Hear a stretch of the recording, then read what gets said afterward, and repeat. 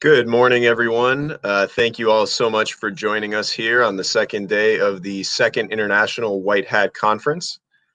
During this session, we will begin our mock trial, session one, which will include a presentation as well as cybercrime investigation expert testimonies.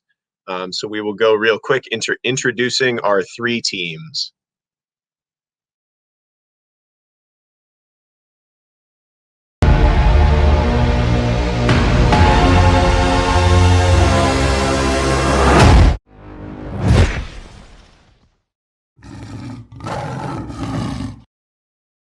Hi, I'm Jian. I'm currently studying digital forensics at Korea University.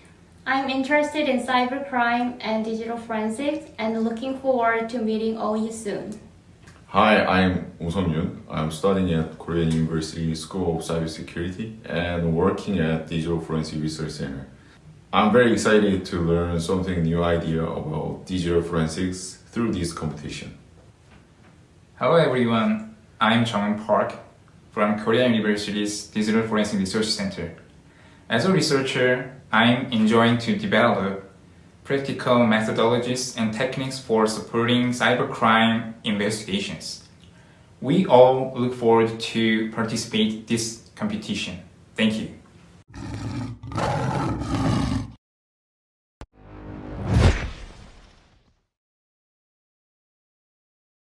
Hello, I'm Banthakong, a participant coordinator and interpreter at International Law Enforcement Academy Bangkok, where I gain experience and knowledge about cybercrime investigation. The Academy is a training center where regional law enforcement officers come together to join training courses, and we discuss about trends, national policies, and also investigative techniques to combat cybercrimes and transnational crimes. We hope together we can be a safer world. Hello everyone, my name is Bonhe. I am a fresh graduate from the University of Arizona and the American University of Phnom Penh. Currently I'm working at the Ministry of Justice with the legal expertise, and we are currently drafting the penalty provision for the cyber law. And we are working closely with the Ministry of Telecommunication, and I hope that I can make a good law for my country. Hi guys, my name is Wood and I'm from Cambodia. I'm a senior student at UTS, University of Technology, Sydney, currently pursuing my Bachelor of Science in IT, major in Networking and Cybersecurity and Interaction Design. It is my pleasure to join the 2021 White Hat Conference and glad to join my Cambodian team. We are looking forward to the competition.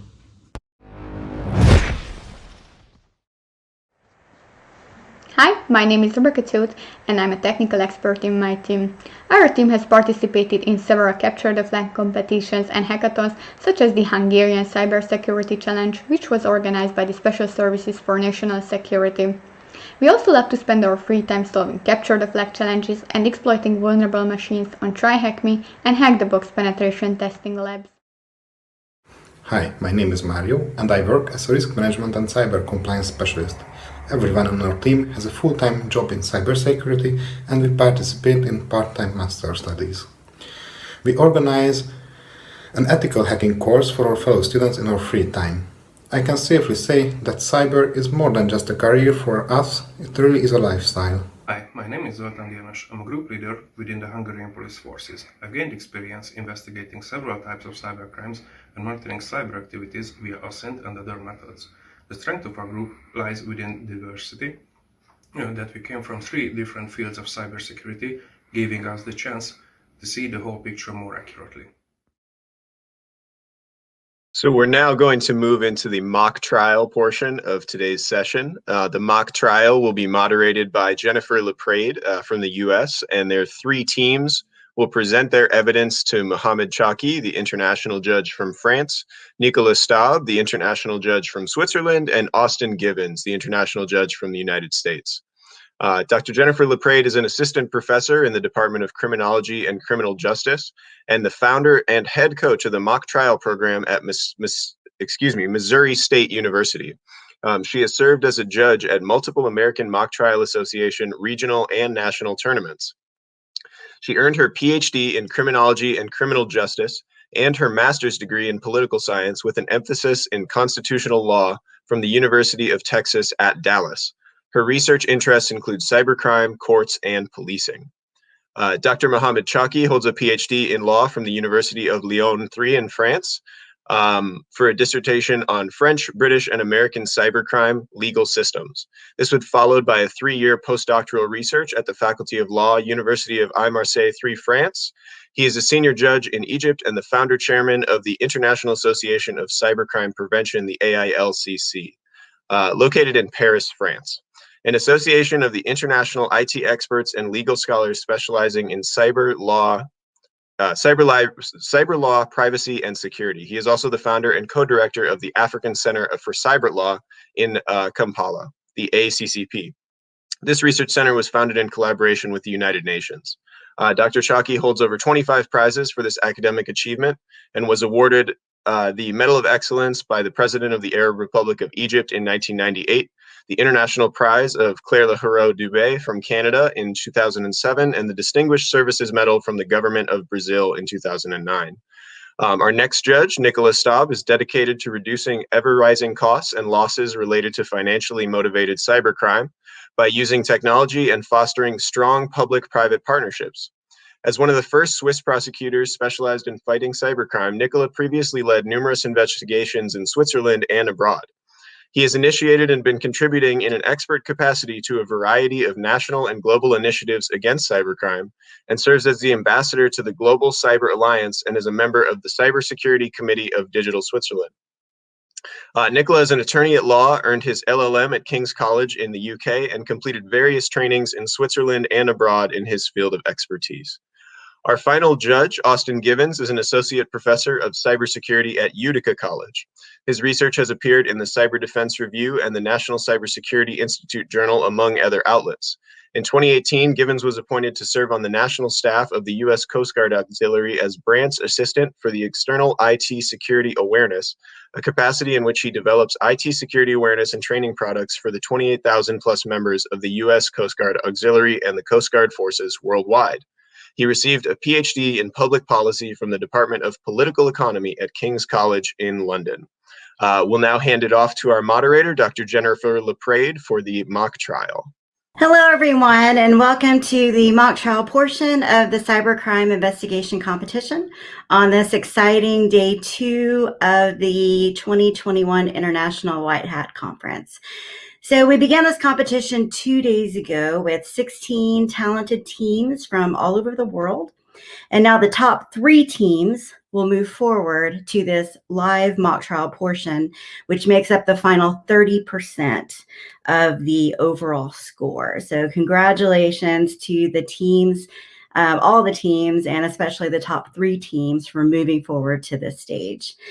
Obviously, it takes a lot of knowledge and sophisticated skills to do cybercrime investigation. However, investigators must also be able to effectively apply that evidence to the appropriate legal codes and clearly present that evidence in court.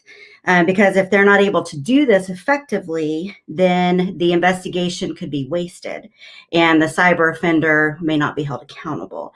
So the mock trial portion of this competition is really important because it takes cybercrime investigation to the next level. It takes it a step further to really test how well teams can present the evidence they uncovered and how clearly they can link that evidence to the appropriate legal codes to help secure conviction for the offender, which is what we want ultimately. So again, congratulations for making it this far to the top 3 teams. And I'll talk a little bit about how this mock trial portion of the competition is going to work.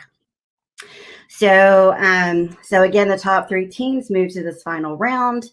1 person per team will present for the team. The teams will each have 15 to 20 minutes to present, so that's not a lot of time there. So the teams will have to pick and choose the most important parts of their investigation to present. And then we have, as you heard, 3 very distinguished international judges who will judge the teams, and the judging will be based on a 100-point scale. So I'll kind of go over that.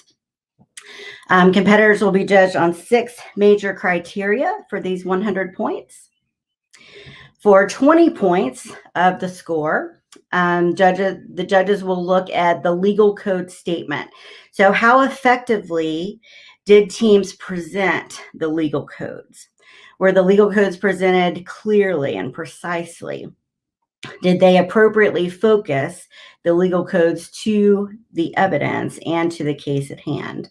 So this will be for 20 points of those 100 total points, legal code statement.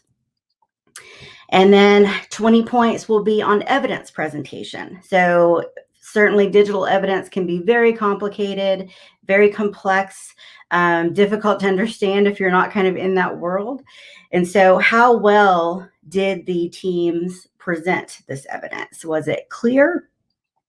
Was the main digital evidence clearly presented? Was the supporting evidence clearly presented?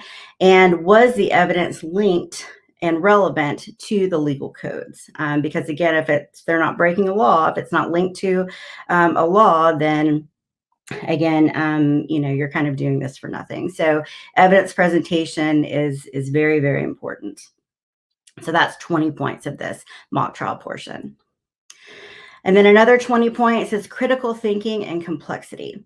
So did the teams use very simple investigative techniques, or did they use sophisticated investigation techniques? Did they approach the problem in a sophisticated way using critical thinking throughout the investigation? That's also very important. So that's 20 points.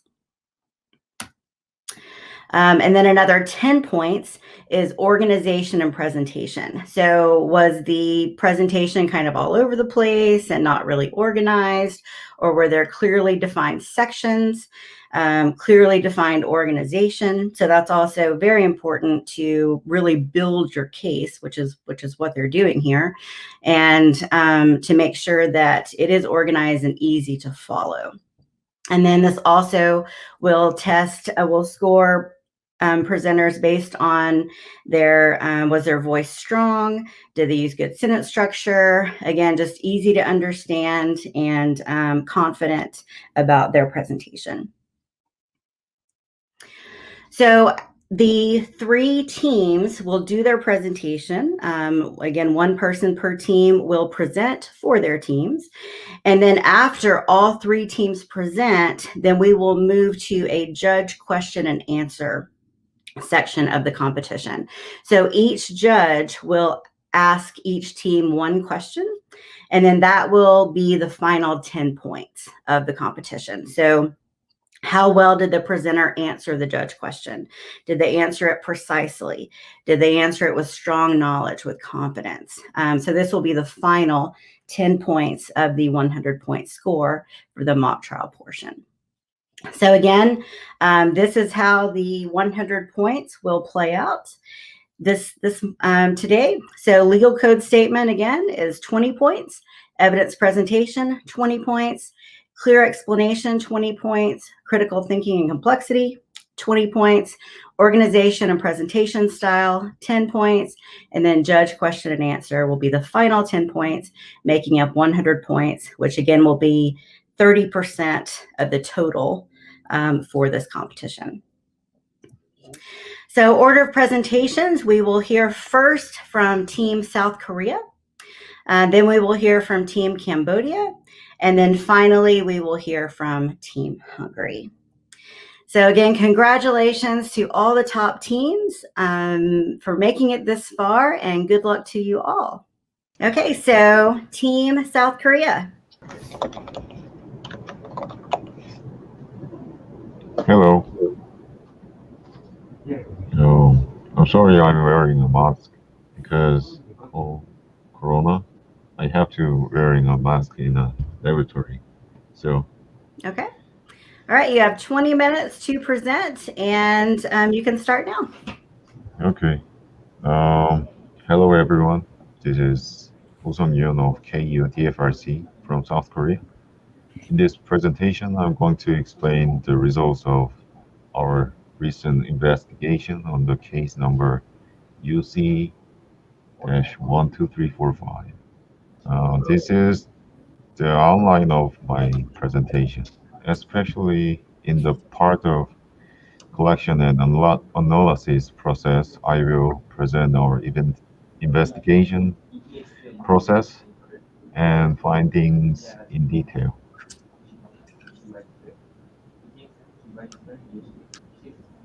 Because we are the first presenter among three teams, I will introduce some background on this criminal case.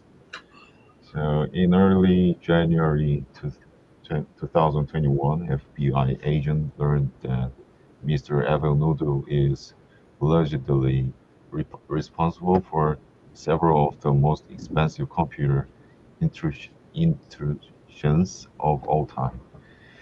Our team investigated the suspect's computer with warrants issued by an authority of the United States. The suspect's illegal activities and crimes are as follows. First one is illegally accessing computer systems without authorization. The second one is phishing and ransomware attacks targeting financial institutions. The third one is illegal drug trafficking, and last one is illegal guns and weapon sales. Next, legal authority. Our team requested to legal authority for the investigation as shown in the pictures below. We've got authorization for seized computer live on the cloud because the computer revealed the suspect's illegal activities relating to the US Penal Code. In addition, during the examination of the suspect's Windows system, we found an image file that reveals a fact that the suspect is operating Kali Linux system. So in the middle of the investigation, we requested additional authorization for seize live Kali Linux system to investigate further. Next, evidence discovered and categorized. Next, I summarize what evidence our team discovered during the investigation. These are the evidence found from a computer live on the cloud. A target computer that the suspect succeeded the privilege escalation. From the target computer, we have found search history from Chrome history. The suspect searched for the keywords such as finder, power of the PS1 code, or privilege escalation. We also discovered hidden drive and the suspect stored his file here. From the hidden drive, we discovered two evidence, audio files and an image file. Our team found hidden clues of darknet sites from the audio file using public scripts. We also found that the suspect has hidden an IP address for a Kali Linux machine from the image file.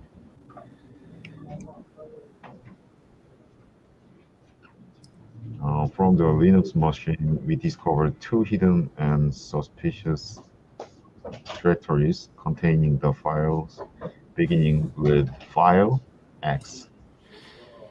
Next, file X is just list a number. So we figure out file 10 files below. The files were related to the suspect's illegal activities such as drug trafficking. The files included darknet website, ransomware template, and phishing email template he used. Illegal darknet site was also accessible through a subdomain of the website. We found out drug sales amount and its customer from the website log on with admin account. Next, collection and analysis process. When accessing to the system for investigation, its basic information was identified as this slide. Operating system is Windows 8.1 Enterprise Evaluation, 64-bit, and US Eastern Time Zone, and so on.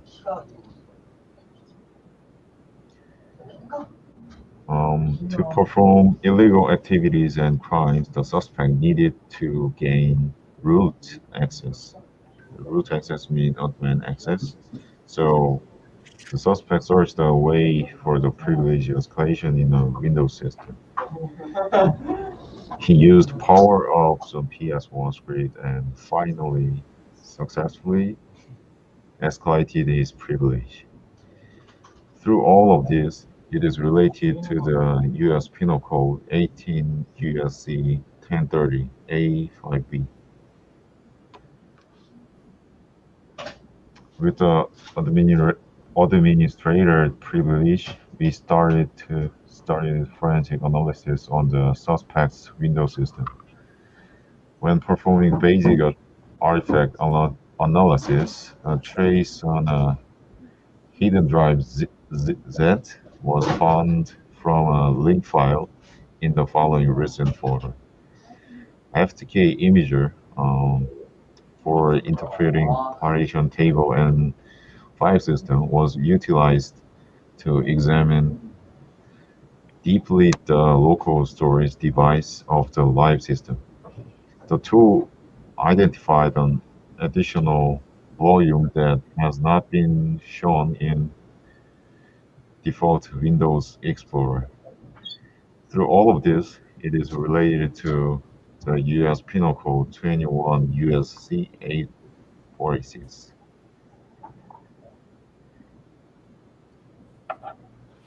In addition to that, we found three suspicious files, goodfunks.wlv and guitar leaks.wlv and text.jpg.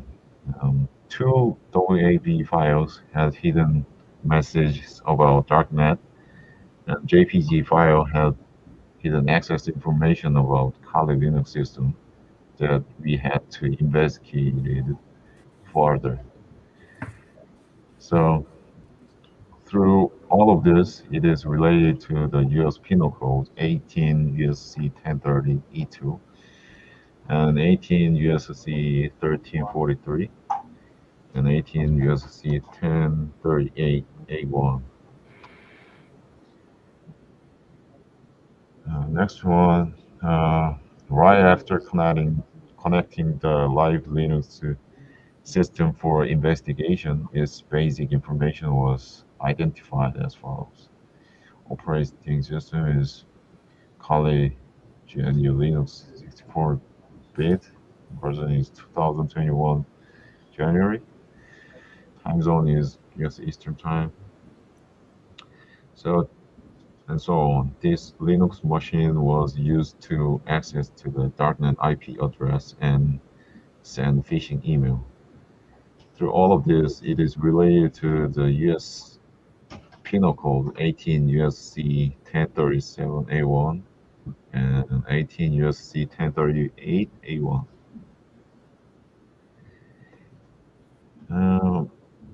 Before accessing the suspect's Kali Linux system, we heard that there exist several files relating to a codename file X. We executed command for finding the files beginning with file X. The files contain darknet website, a sample of phishing email, or ransomware template. Through all of this, it is related to the US Penal Code 18 USC 229 A1, 18 USC 1038 A1. 18 USC 229 is about prohibited acts for chemical weapon to develop, produce, otherwise acquire, transfer, something like that. to use chemical weapon, and 18 USC 1038 is about false information and hoaxes. And whoever engages in any conduct with intent to convey false or misleading information under circumstances where such information may reasonably be believed and where such information indicates that an activity has taken. The next one, part two. Yeah, in this section, we accessed the website that suspect used for drug trafficking and weapon sales. We checked admin dashboard and figure out how many products he sold or how much he earned from the darknet website. Through all of this, it is related to the US Penal Code 18 USC 229A1 and 21 USC 841A1. And that's it. That that is that's it. All right, thank you very much. That was Woo Song Yoon from Team South Korea, KUDRDFRC. So thank you. I'll give the judges a few minutes to work on their scores. So judges, if you'll fill in your scores on the appropriate areas and then let me know when you're ready, and then we'll move forward with Team Cambodia as soon as our judges are ready.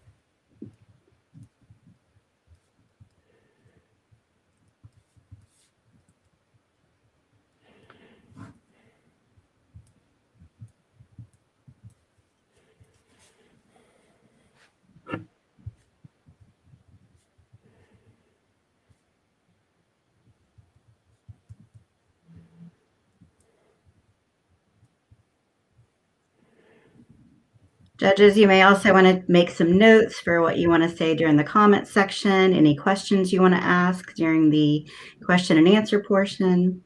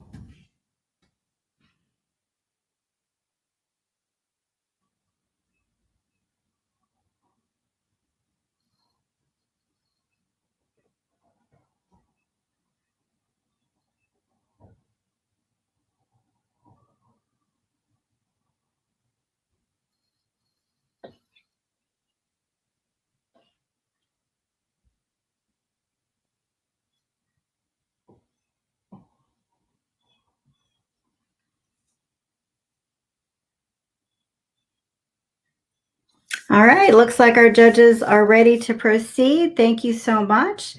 And there's been a little bit of a change. We're going to switch the order a bit. And next, we're going to hear from Team Hungary. So we have Zoltán Dons presenting for Team Hungary. So take it away.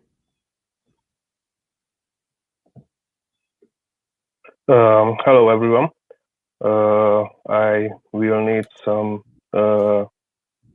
time with the presentation. I found how to represent the PPT in full screen, but it doesn't want to move. So give me half minute.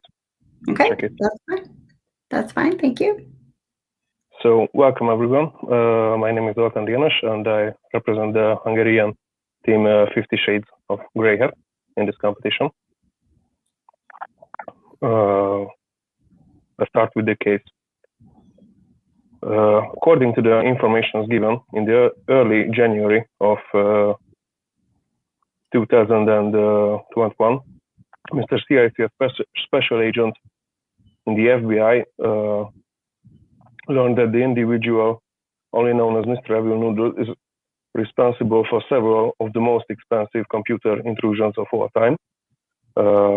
According to the allegations, some of the various illegal activities and crimes that Mr. Evil Noodle and the organization that he's a part of may be involved include illegally accessing computer systems without authorization, phishing and ransomware attacks targeting financial institutions across the world that have collectively stolen over $1 billion, illegal drug trafficking, illegal guns and weapons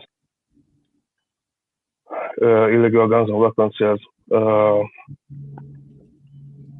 As illustrated by the information presented by Mr. CIC, a federal arrest warrant has been issued for Mr. Evil Noodle within the United States with the following of charges: suspicion of conspiracy to commit wire fraud, suspicion of conspiracy to commit computer-related fraud, and suspicion of computer intrusion.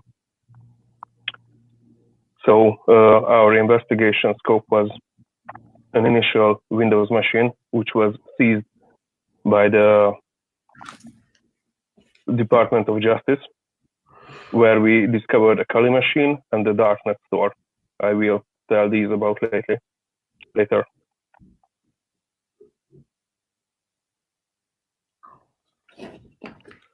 First, we discovered the initial Windows machine using a forensic device named Autopsy. While the autopsy was ongoing, we checked the computer manually as well, and we found traces in the browsing history, which was a sign of administrator SS gaining tryings of the perpetrator, traces of brute force as well,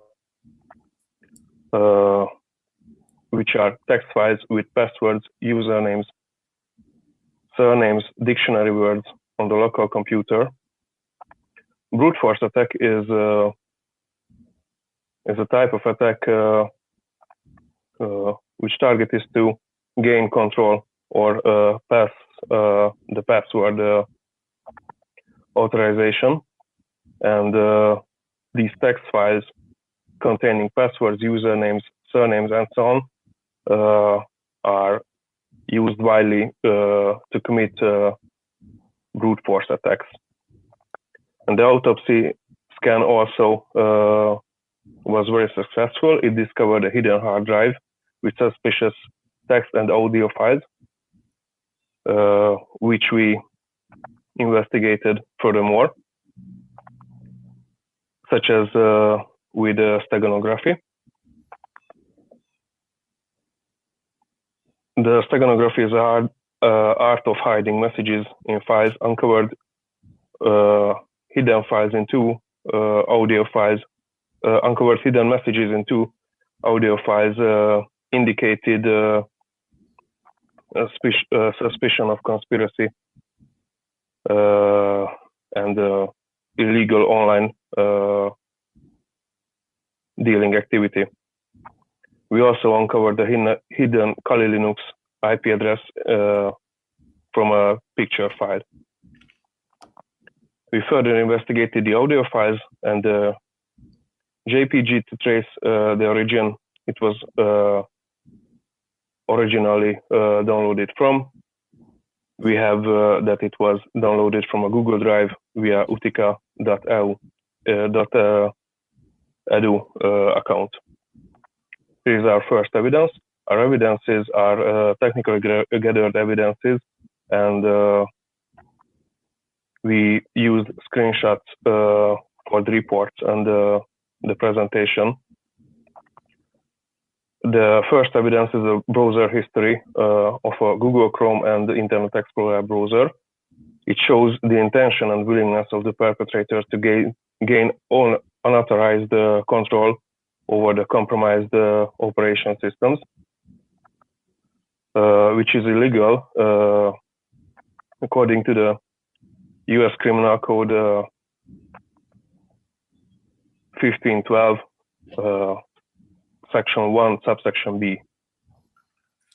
Our second evidence is, as I've told you, the suspicious text files containing names, surnames, passwords used for brute force attacks. The third evidence was the hidden drive, which was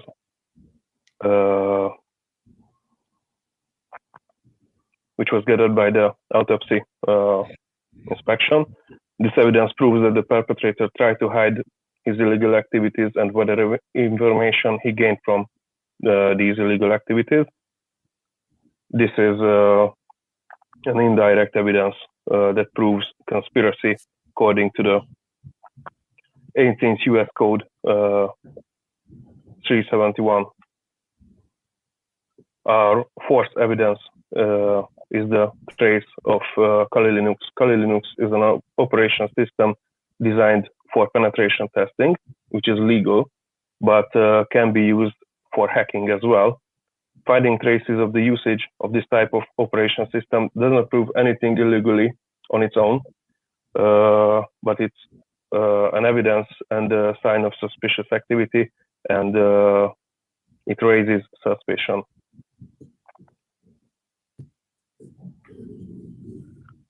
We also found encrypted messages, which are definitely the evidence of conspiracy.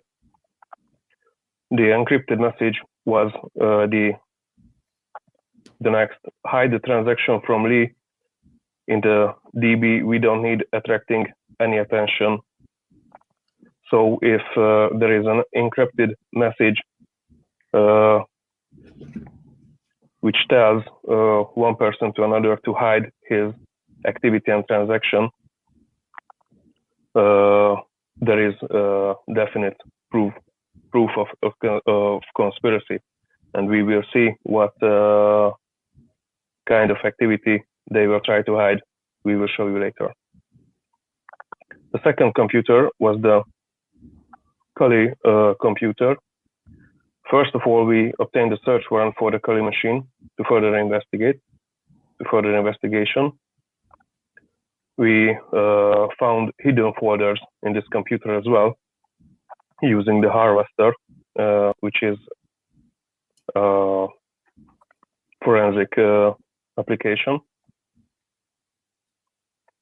We also found several scan reports dated at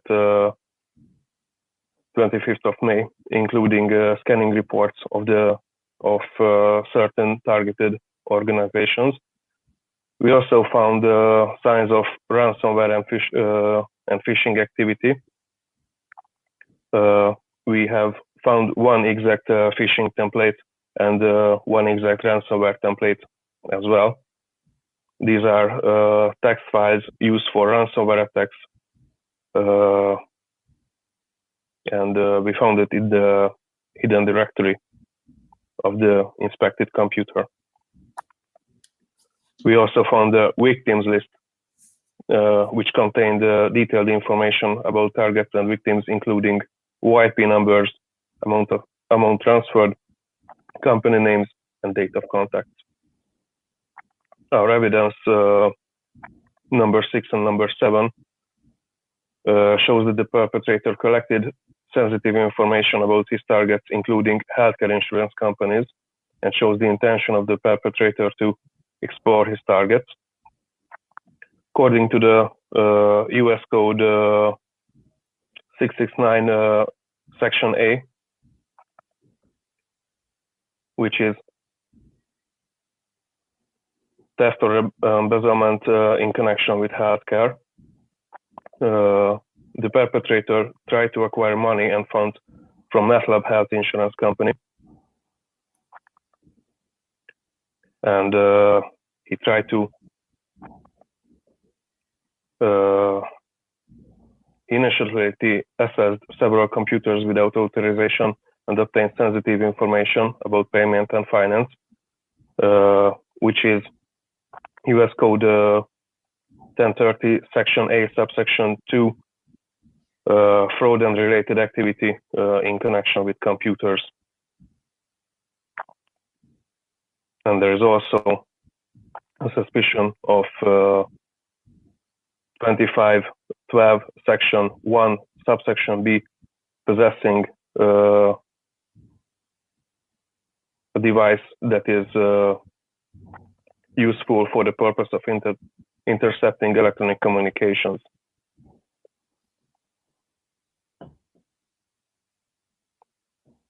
Our evidence number 8 and 9 is directly evidence to a committed crime, which is ransomware attack. Threatening someone with damaging his or her property and extorting money exchange for that is a crime, and it's also a crime according to US Code 876 subsection D to deliver such an extorting message. And what we found about ransomware attacks directly proves that the perpetrator have committed many ransomware attacks. We also found a phishing template email, which is our evidence number 10. Phishing is an activity of the perpetrator to gain more and more sensitive information about future targets These informations are often used to commit cyber attacks or sold on dark web marketplaces. Phishing activity is illegal according to US Code 1343 and US Code 1344, Section 2. We also found the darknet store. We discovered the address of the darknet store in the ransomware template file, which is referred to our evidence number 8. We visited the website and found an illegal online marketplace for drug and gun trading. And we also found that the store is named The Evil Noodle Gun and Drugs Shop, indicated the relation between the perpetrator and the marketplace. We needed a search warrant and admin access for further investigations,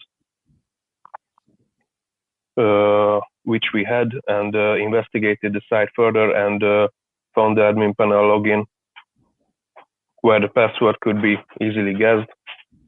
Upon gaining admin access, we have inspected several reports and dashboards to obtain information about the sellings, the products the perpetrator sold, and the customers he served.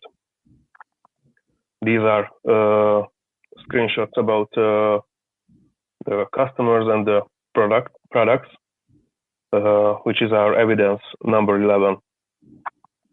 According to the 21 US Code 841, Section A, subsection 1 and 2, the perpetrator committed possessing and distributing controlled substance such as cocaine, heroin, and so on, multiple type of drugs, for example. And according to the US Code 922, Section 1, subsection A, unlicensed dealer engaging in the business of importing and dealing with firearms, our perpetrator also committed another crime, which these are direct evidences. We show you the hashes we use. Hashes are important in forensic techniques and digital investigations because the perpetrator or defendant can say that we manipulated evidences, but hashes show the integrity of the saved files. Hash key is used to identify the integrity of the evidence because any change is made in the evidence spoken, the hash key won't be the same. Hash keys are used in digital signatures as well, so the hash keys are perfectly good for identifying a file is integrated and not changed. So, excuse me.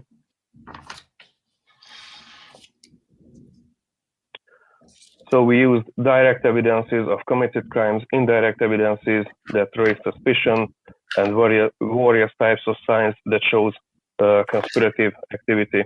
According to our forensic review, we determined that sufficient evidence exists to support the pursuit of charges against Mr. Evil Noodle for all the above mentioned crimes. And according to what we found in the dark web, darknet marketplace admin surface, Mr. Ismail Morales will have some explaining to do as well. Okay, thank you very much. That was Team Hungary. Another good job. All right, so again, we'll give our judges a few minutes here to write down their scores, make some notes on the presentation that they'll use for comments later on, and also ask questions for our teams.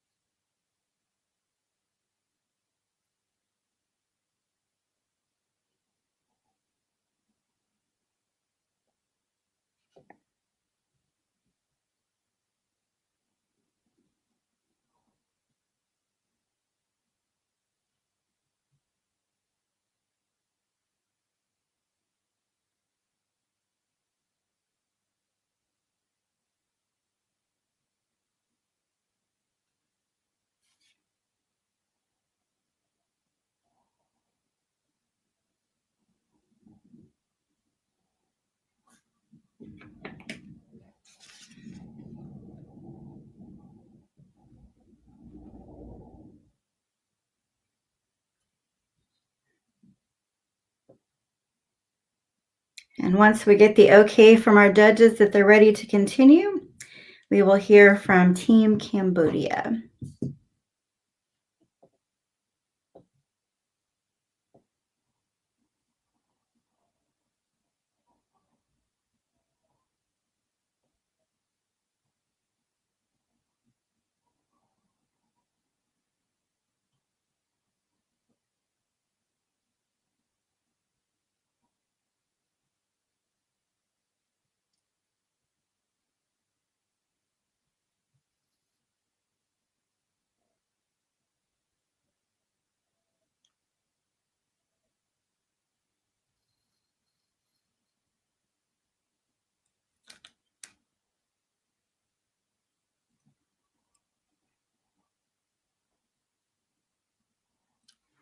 All right, looks like our judges are ready to proceed to our final team in the mock trial portion of the cybercrime investigation competition. And this is going to be Team Cambodia, and we're going to hear from their representative, Van Thin Kong. Whenever you're ready.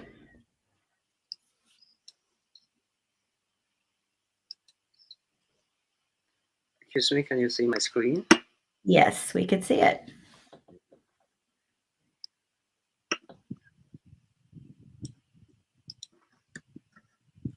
First of all, my respect to honorable judges. I'm Van Tha Kong. I'm the representative for Cambodian team called Camp Cyber Justice. And we have 3 members in the team. We have Mr. Mon Hae, Mr. Gajat Rawat, and me. So today I have the honor to present to you about my investigation report on a suspect called Mr. Evil.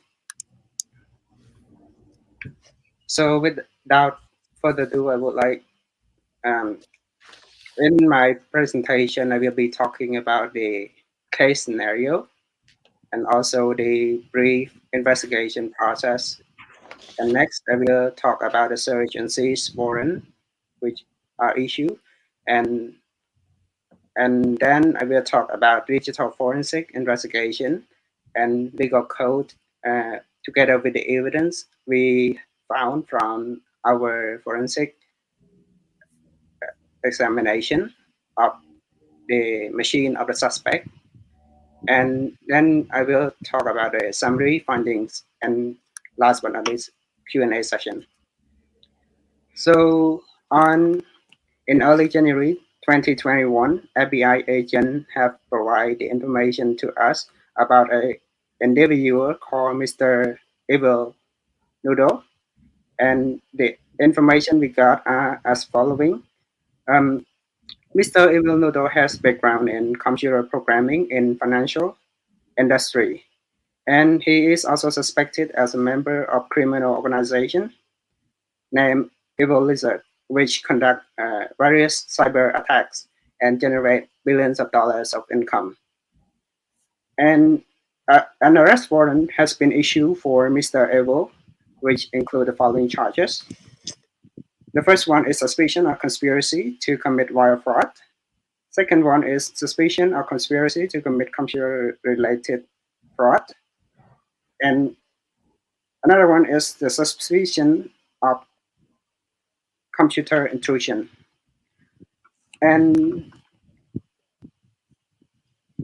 there's a search warrant on a suspect computers, and it was done by the Department of Justice. And by the use of the computer seized from the suspect, we were able to do the live forensic examination to find for the evidence in order to press the charge on the suspect. So here I would like to briefly introduce you to our investigation process. So there are 3 stages. So the first one is search premise, which means the location we implement our search warrant. And we have the first search warrant. We were able to seize the computer which were live on cloud, and by doing the live forensic examination on that computer, we can then ask for another warrant to seize another machine of the suspect, that is a Kali Linux machine. And when we do the forensic examination of the Kali Linux machine, we were able to ask for another warrant to search the darknet webpage. And about our digital investigation, we strictly adhere to the SOP of chains of custody of the evidence.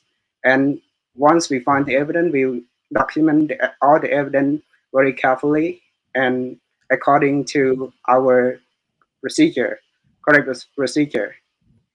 And also, the evidence was reserved in a safe environment, and we prevent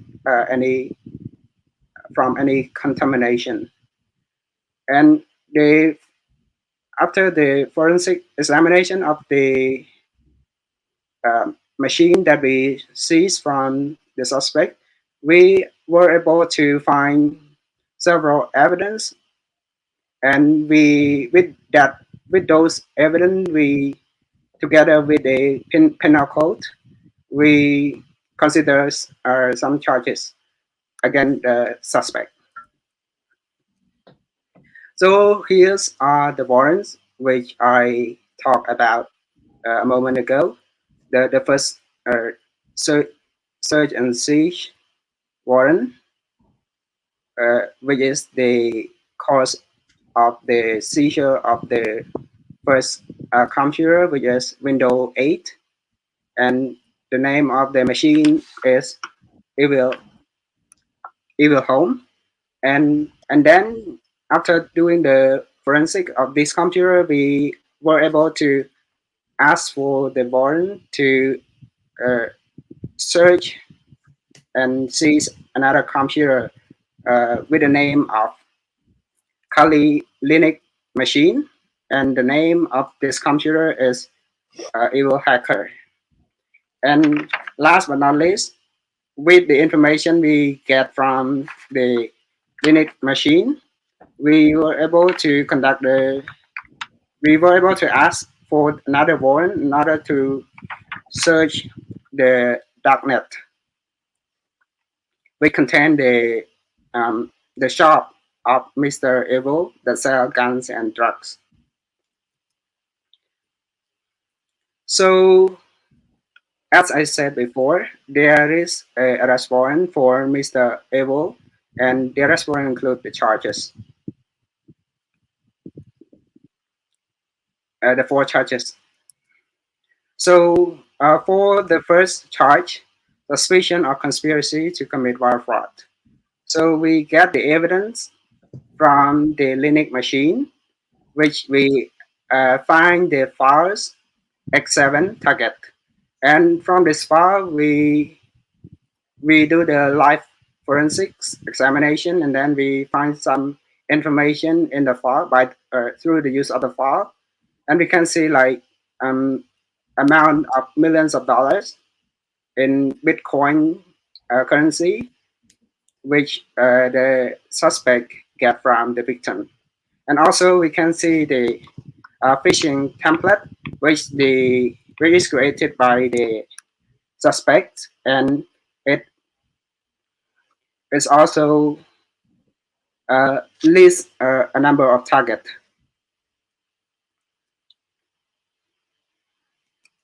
So by the use of this evidence, we find out that Mr. Evil violate the U.S. Penal Code, Title 18, Section 1343. So this we can relate his criminal activities to the phishing email templates, which is the intention to do the cyber attacks on various targets. And this template we found in the Linux machine I mentioned earlier, and the total amount of the money he earned from his illegal scheme is 1.75 billion US dollars. So based on this penal code, this title and section, we believe that Mr. Evil should be fined not more than 1 million US dollars, or imprisoned not more than 30 years, or both the fine and the imprisonment.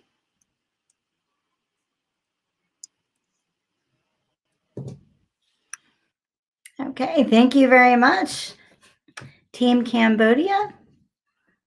3 great presentations there. Again, congratulations to all 3 teams for making it this far in the competition. We will now take a break. We're going to let the judges finish their scores and also prepare for the question and answer portion, which will begin in the next session, which will be at 11 a.m. Eastern Time. So we will break until 11 a.m. Eastern Time, again, so that judges and competitors can prepare for the last part of the mock trial competition. Okay,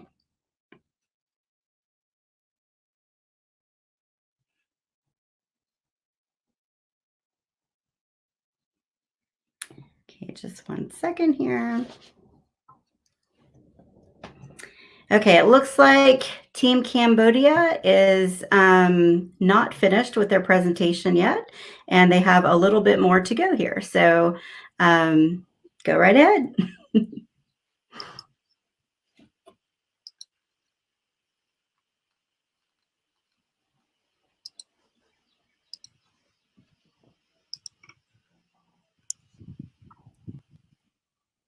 So for the second charge, it is the suspicion of conspiracy to commit computer-related fraud. And we can see the the suspect has some criminal activities. And the evidence we found in the Linux machine, which we do the search on the Linux machine, and we found 10 files which contain the ransomware uh, template, phishing, and some other illegal activity he intend to commit. So in the ransomware template, he instruct the victim to register for an account on Coinbase, and then uh, he instruct the victim to transfer the fund to the Coinbase and transfer the fund to the Electron wallet, and then he forced the victim to buy the gun and the drug in his store in the darknet. So based on this evidence, together with Penal Code Title 18, Section 1030, subsection A 7, we can see that Mr. Evil violate this title by we can see the evidence of the various phishing and ransomware template which he used to extort people to buy gun and drug in the darknet. And the penalty, we believe that he shall be punished by a fine or imprisonment of no more than 10 years, or both the fine and the imprisonment. For the charge number 3, suspicion of computer intrusion.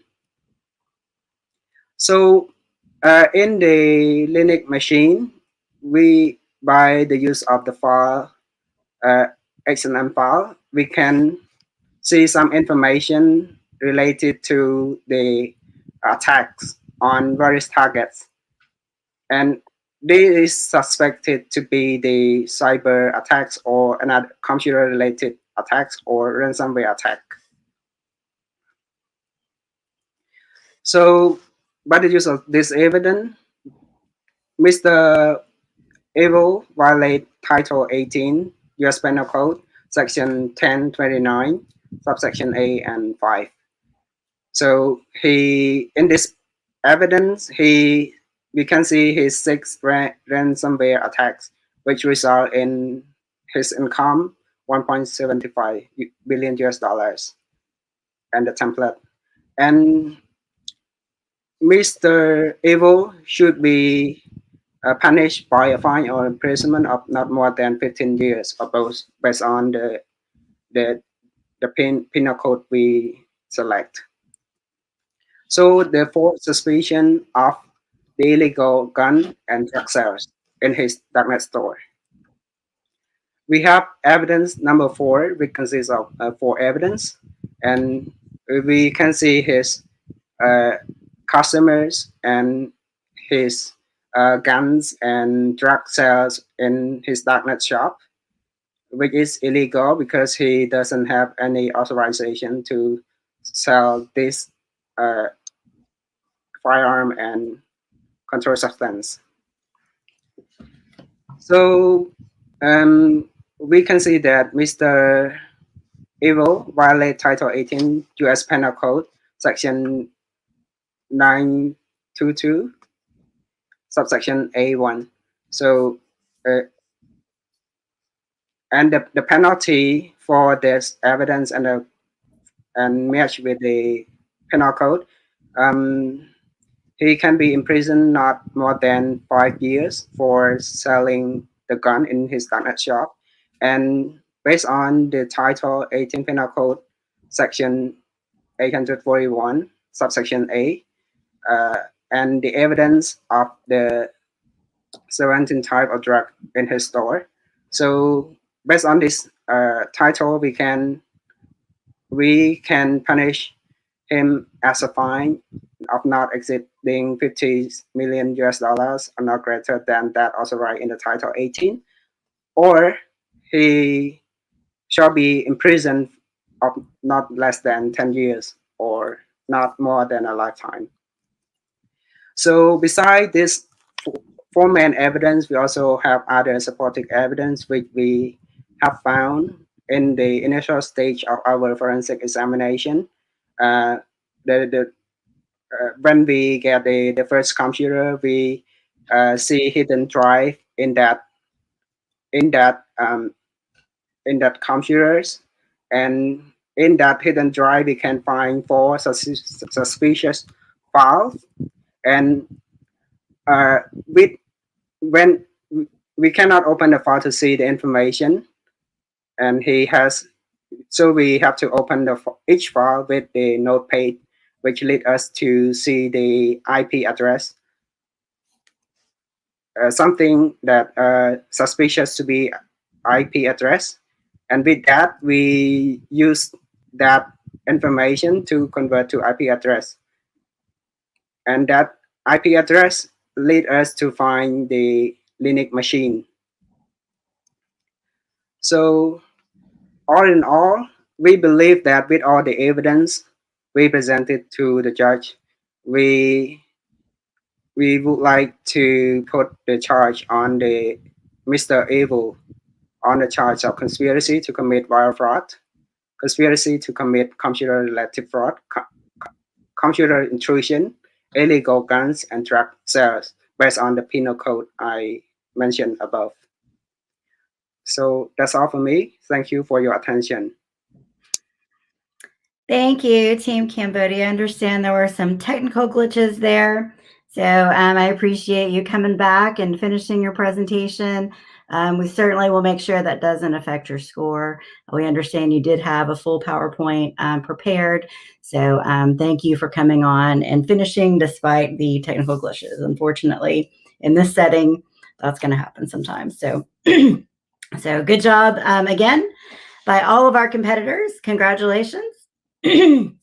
So again, now we will take that break and we will let our judges finish up their scoring and prepare for the question and answer portion. So we will be back at 11 a.m. Eastern time, and I will see you then. Thank you again.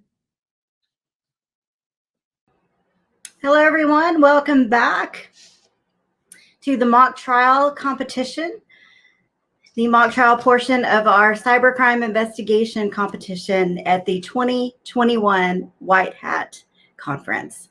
We just heard three great presentations from our top three teams, from Team South Korea, Team Cambodia, and Team Hungary.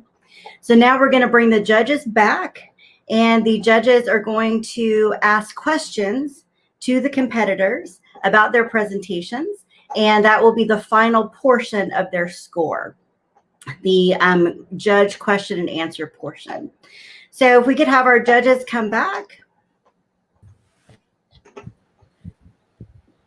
Thank you, judges. Thank you for your work today and judging these three great competitors.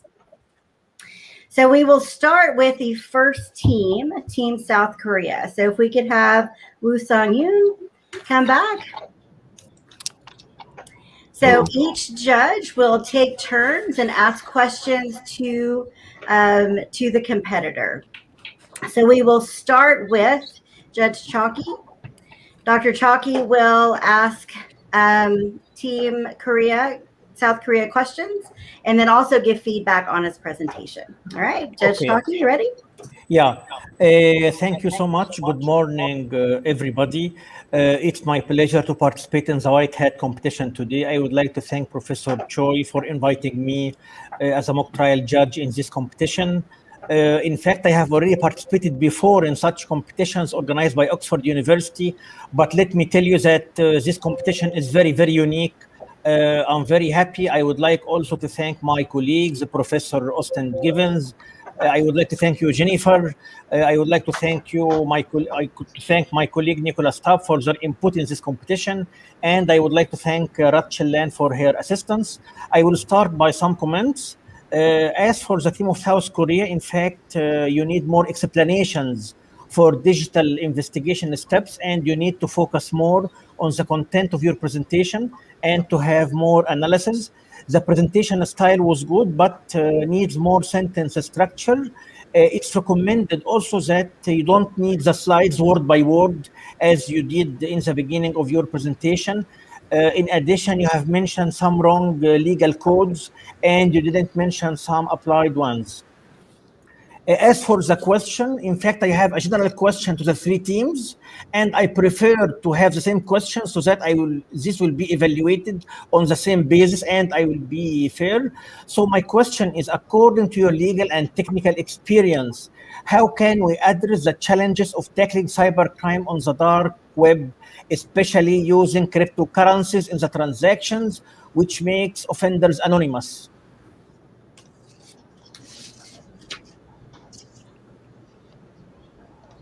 Okay. Please give me a moment to organize my thoughts.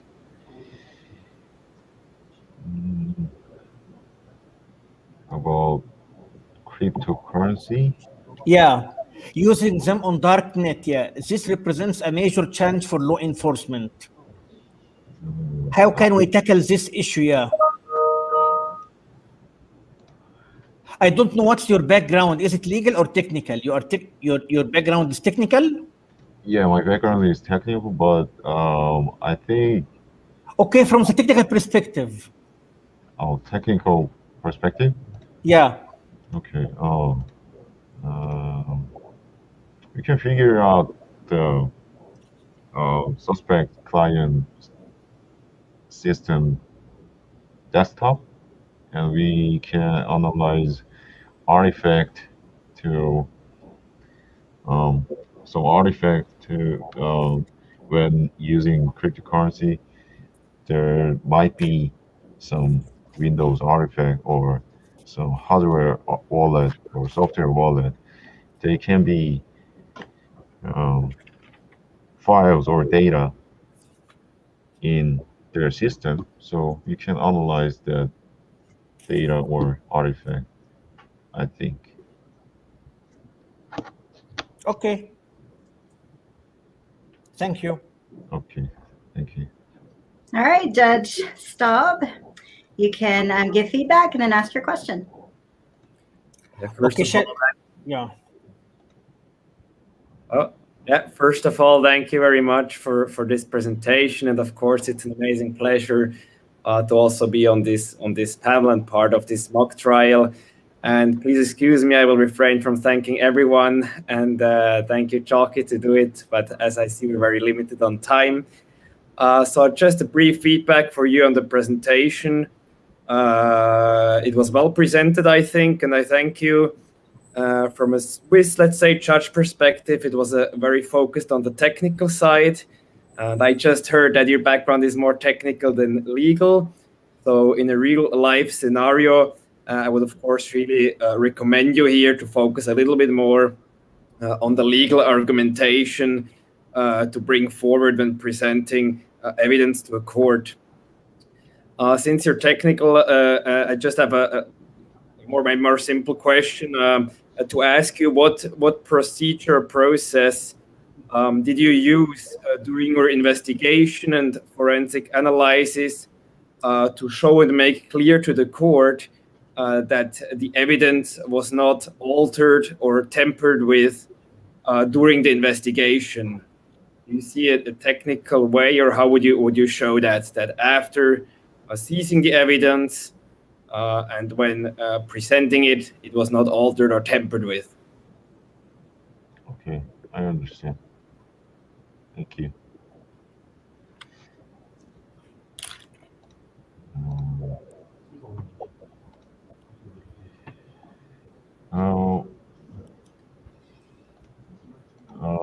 Could you tell the question one more time?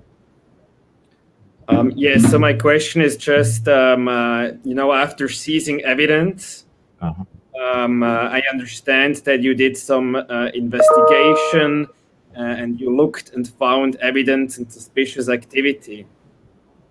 Now, oftentimes, or it can happen that it's questioned, that the investigator changed something or changed some even technical things within the investigation.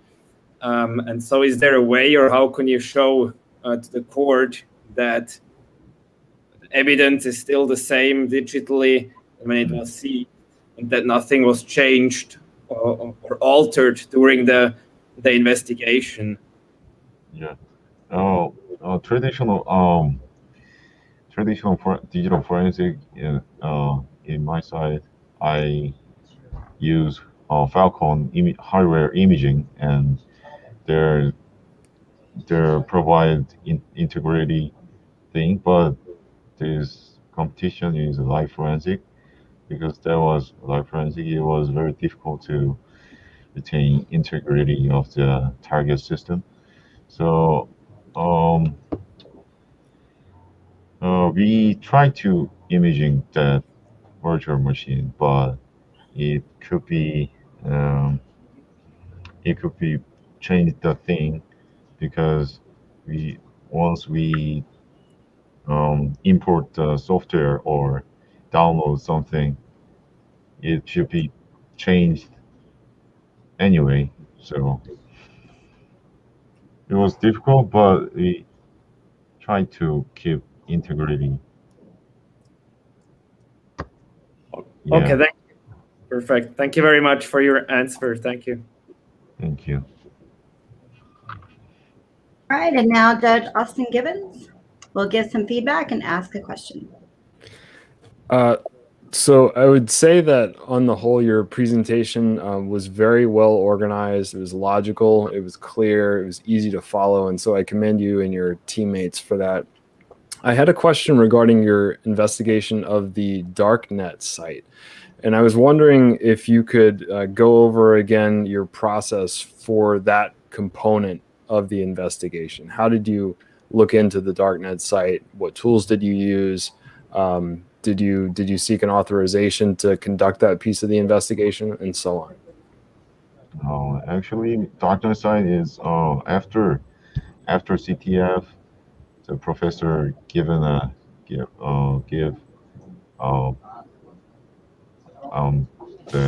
credential data, and we after CTF we analyzed the darknet site, the solving analytics problems. So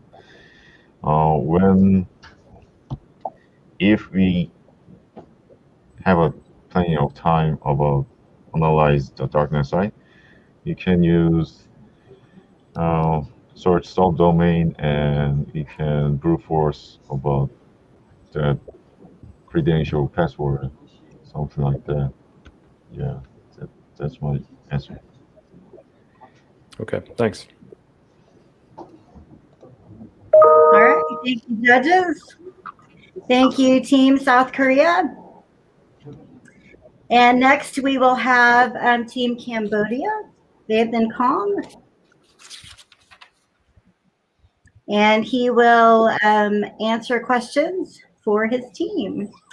Dr. Chalky, you can start. Yeah, as for the presentation of Team Cambodia, it was clear. Some explanations of digital investigations needed more discussion. As for the organization, you had correct sentence structure, but ideas needed to be more clear. The legal codes you mentioned had some wrong ones. I mean, you didn't mention the correct legal codes, and you missed some codes. That's general comments. And I have the same question that I asked to Team Korea.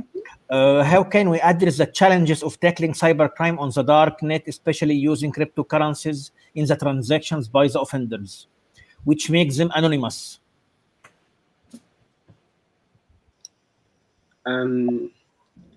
First, I think we should have some information which report about the illegal transaction, and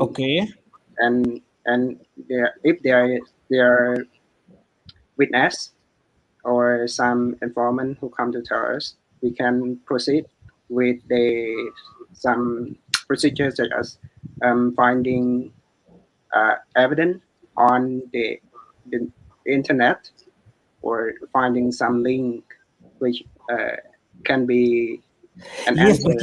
Yes, but let me tell you that when dealing with cryptocurrencies online, this makes offenders anonymous. How will you trace them?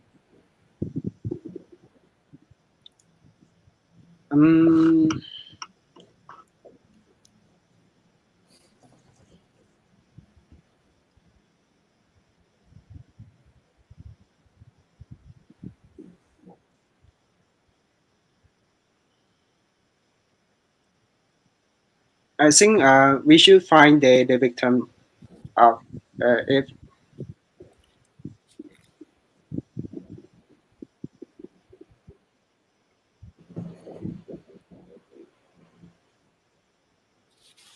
sorry, I cannot answer. Okay, thank you. All right, Judge Nicholas Staub. Yeah, hello, and thank you very much from my side for the presentation. I really thought it was very clear, and I liked also the design, how you did the slides very well. Unfortunately, I don't think we saw the last third, but I'm sure they were just as nicely done as the first half of them. And I especially liked also from a judge perspective, maybe with less technical knowledge, how you clearly showed the investigation process and how we conducted it. And I also actually really liked for that mock trial, in my view, pretty complete and clear legal conclusions that were done. For the question, you also very nicely presented the 3 search warrants. Let's assume for my question that search warrant number 2 is ruled invalid by the court. Can you think what this would mean for your investigation? If this search warrant was ruled invalid, just 1 out of the 3, and then would you need to do something maybe from a digital or forensic perspective with the evidence, or can you leave it as it is? I think if one search warrant is invalid during the court trial, and it was not admissible in the court, I think I will contact my forensics examiners in order to find more probable cause on the suspect computers and machine. And when we gather all the information which can be the probable cause, we can submit all the information we find from our forensic examination, and then we can again request the search warrant so that we can proceed with the investigation. Okay, great. Thank you very much. Thank you. All right, Judge Austin Gibbons. Thank you. I appreciate the quality of your presentation, echoing Judge Staub and Judge Chalky's earlier comments. And I'd also like to commend you for completing your presentation despite the technical glitches. It's not easy to recover from something like that, which is beyond your control. My question to you is, at what point exactly did your team realize that you would need a 3rd search warrant for the darknet site? What prompted your team to make that understanding that you'd need a 3rd warrant?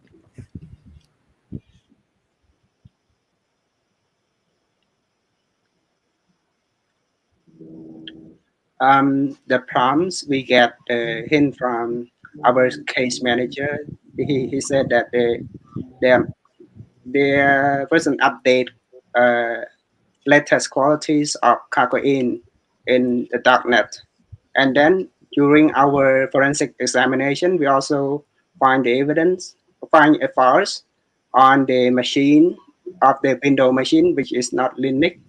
And then we do the forensic examination on that file, and then we can see some information related to darknet. And then we request for the warrant, the 3rd warrant, in order to do research on the darknet.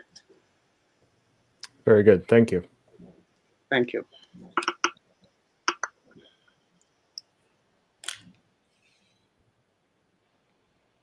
All right. Thank you, Team Cambodia. And next we will hear from our final team, Team Hungary. And Judge Chalky will again start us off. Yeah, thank you, Jennifer. In fact, I enjoyed your presentation so much. One comment, as I mentioned to one of the teams, it's not recommended that you read the slides word by word. You can summarize it as you did in the beginning. As for the codes, you didn't mention all of them. Also, you repeated code 2512 for many offenses, and you missed some codes, and you mentioned some wrong codes. As for the presentation style, it was good, well organized, and the sentence structure was also good. That's the comments. Now to my question. If you have a search warrant to search for an evidence on a computer, and while searching on this computer, you discovered a new offense, are you going to have another search warrant, or you will continue searching using the same search warrant? I believe that depends on the legal system. The legal system Hungary uses allows the investigators to continue the search and get the warrant later if it's proven that if we get the search and wait for the search warrant, that evidence might expire. So I would say in Hungary we would continue the search, and after that we would write the search warrant after the time that we done with the inspection. But of course it depends on the legal system as well. If the rules doesn't allow this method, then we should go for another search warrant. I'm talking about Hungary. Excuse me? I'm talking about your country. So in Hungary, we would continue the search, and we would write another search warrant after we finish. Okay, thank you.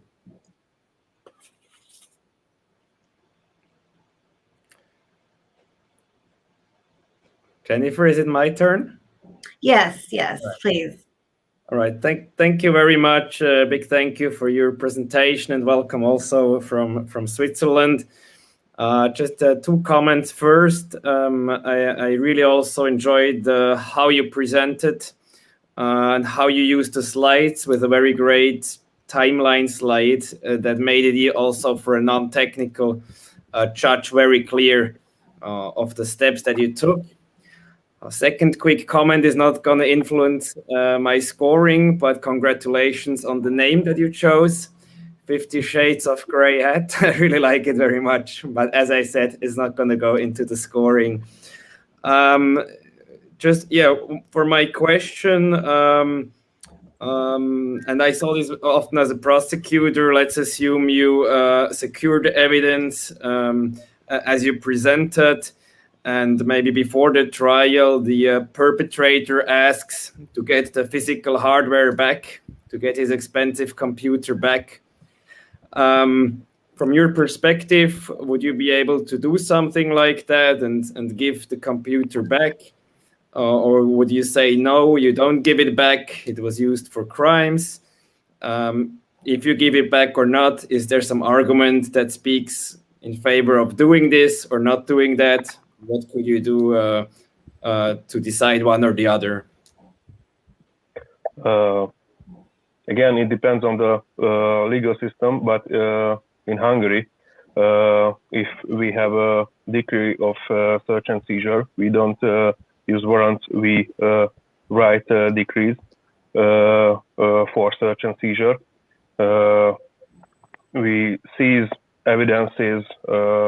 There are three types of evidences: personal evidences, like testimonies, physical evidences, like a letter, and digital evidences. If we seize a computer with the suspicion of a crime, it was committed with this computer, we are allowed to hold back that computer until the end of the trial. So we don't have to give it back. Good, thank you very much. All right. Okay, great. Judge Austin Gibbons. Thank you. I also very much appreciate the clever team name that you chose, but like Judge Staub, that won't influence my scoring. I'd like to ask you to think out loud a bit here. When would you say that a person's internet browser history demonstrates illegal intentions? After inspecting the browser history, I guess. Mm-hmm. But how can you know? How can you know the person's intentions just by viewing the browser history? The browser history shows the interest of the said person. If I'm interested in buying a chair, I will search for chairs via Google.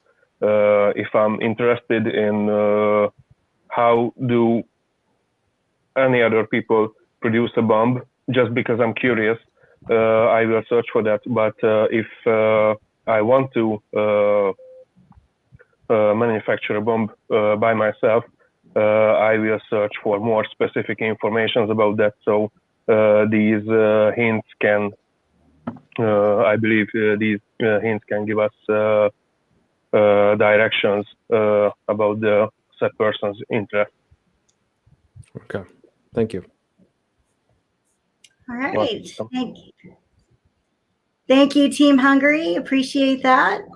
Very impressive performances by all of our competitors. Thank you so much for your hard work in this competition. Excellent job by all of you.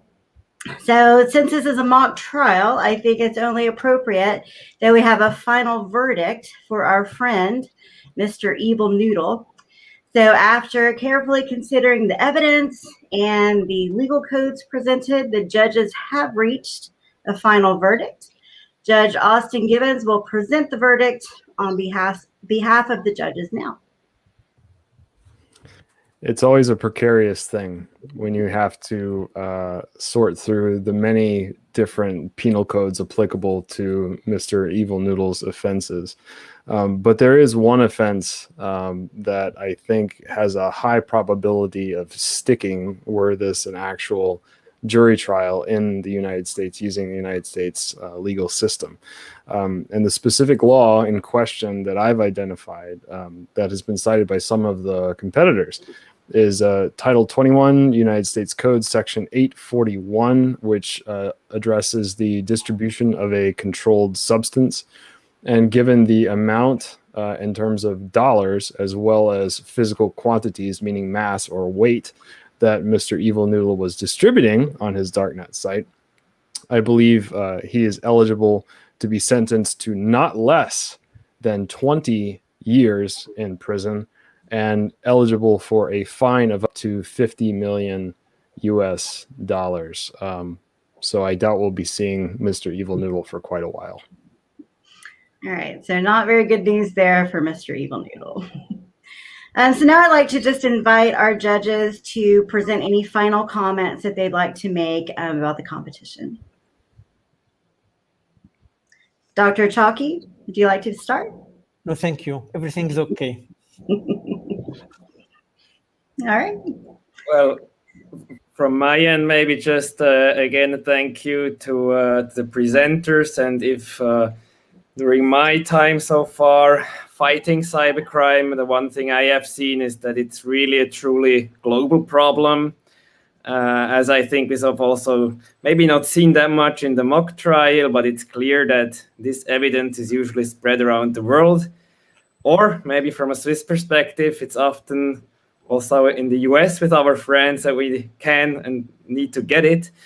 And so it's very, very important, I think, to participate and to support such competitions, especially also with international participants. And it's at that sense, I think I'm surely speaking also for my fellow judge, Chucky, and all the international teams present. A big thank you for doing this and enabling and participating globally. All right, thank you. Judge Austin Gibbons. Thank you, Jen. You know, there's so much that we can say about this competition. I'll speak kind of from my personal perspective as well as my perspective as an educator, and then try to bring things up to a more macro level. First of all, I'm personally so impressed with the array and diversity of teams that we saw in this competition, fully recognizing that the vast majority of them were operating in a language that was not their first, in some cases not even their second language. And they were having to do so in the context of a foreign penal system.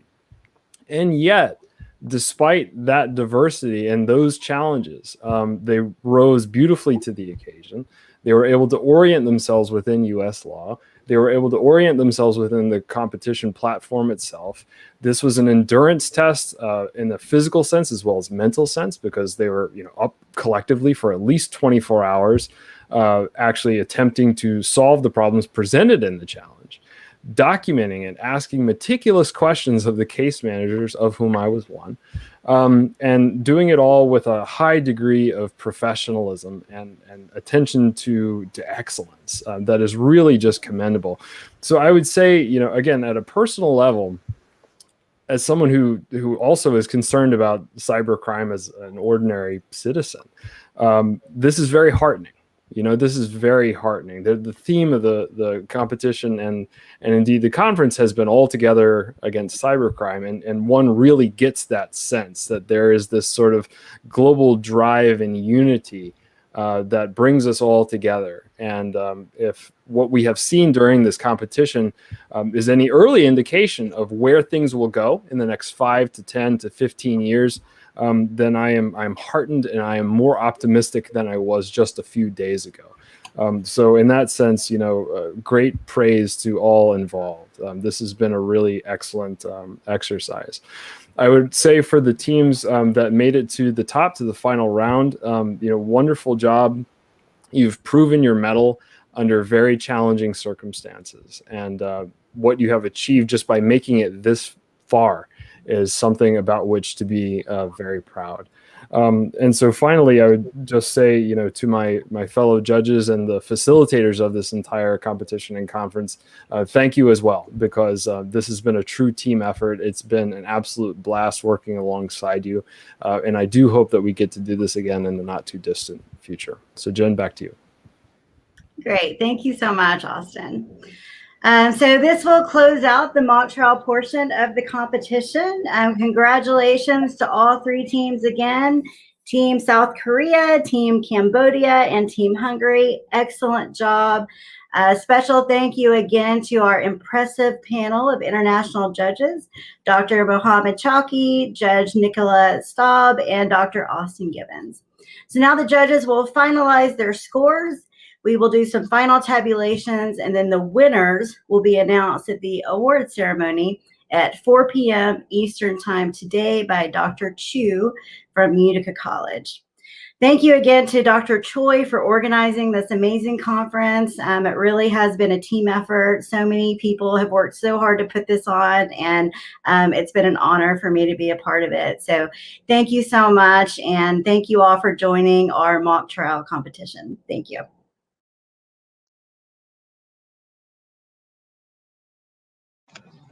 Thank you so much, Jennifer. That was wonderful. And thank you so much to our judges and our competitors as well. This has been a great conclusion to our event here, or I guess not our event, but this morning's ceremonies. We're going to go into a lunch break here, and then we'll be back at 1 p.m. Where we'll be announcing the paper competition session 1 winners. So make sure you join us back here at 1 p.m. Eastern Time. We're going to go into a lunch break right now. So thanks for joining us.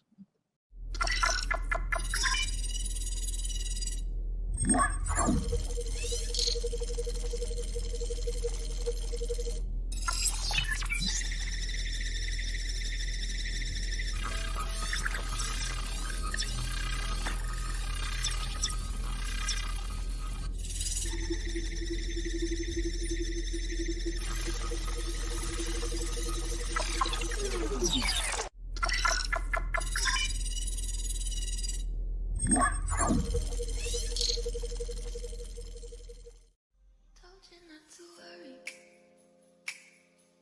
but maybe that's a lie. Honey, what's the hurry? Won't you stay inside? Remember not to get too close to stars. They're never gonna give you love like ours. Where did you go? I should know, but it's cold and I don't wanna be lonely. So show me the way home. I can't lose another love.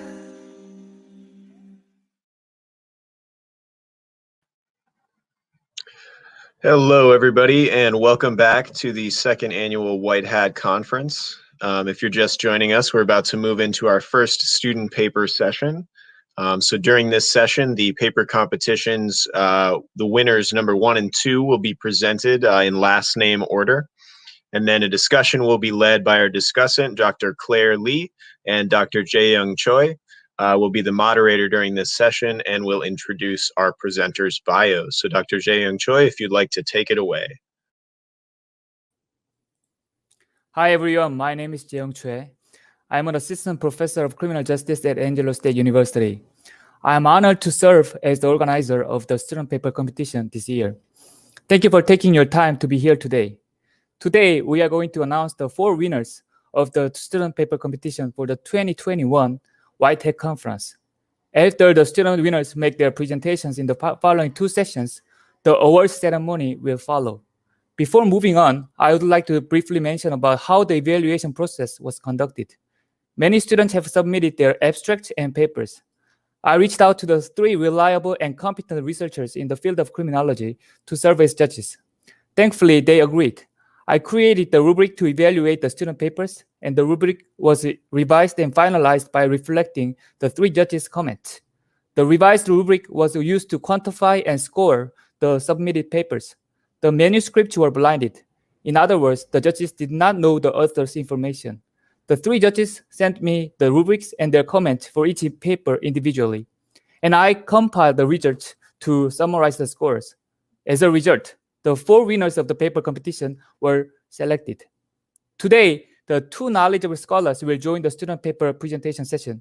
Dr. Claire Seung Lee, an assistant professor of criminology and justice studies at the University of Massachusetts Lowell, will serve as a discussant in the first session. Dr. Lee is a member of the Center for Internet Security and Forensics Education and Research.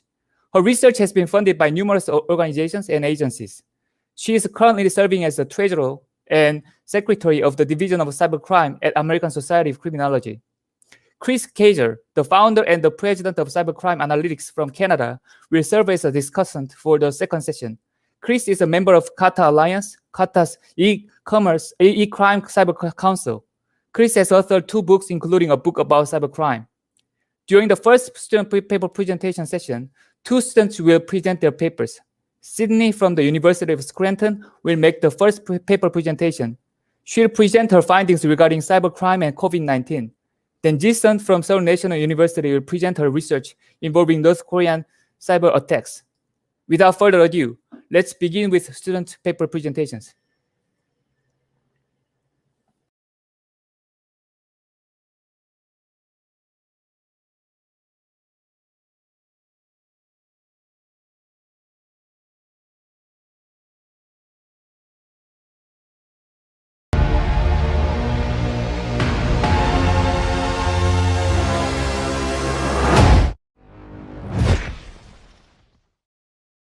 Hello, my name is Sydney Jarrow, and I'm a student at the University of Scranton studying criminal justice.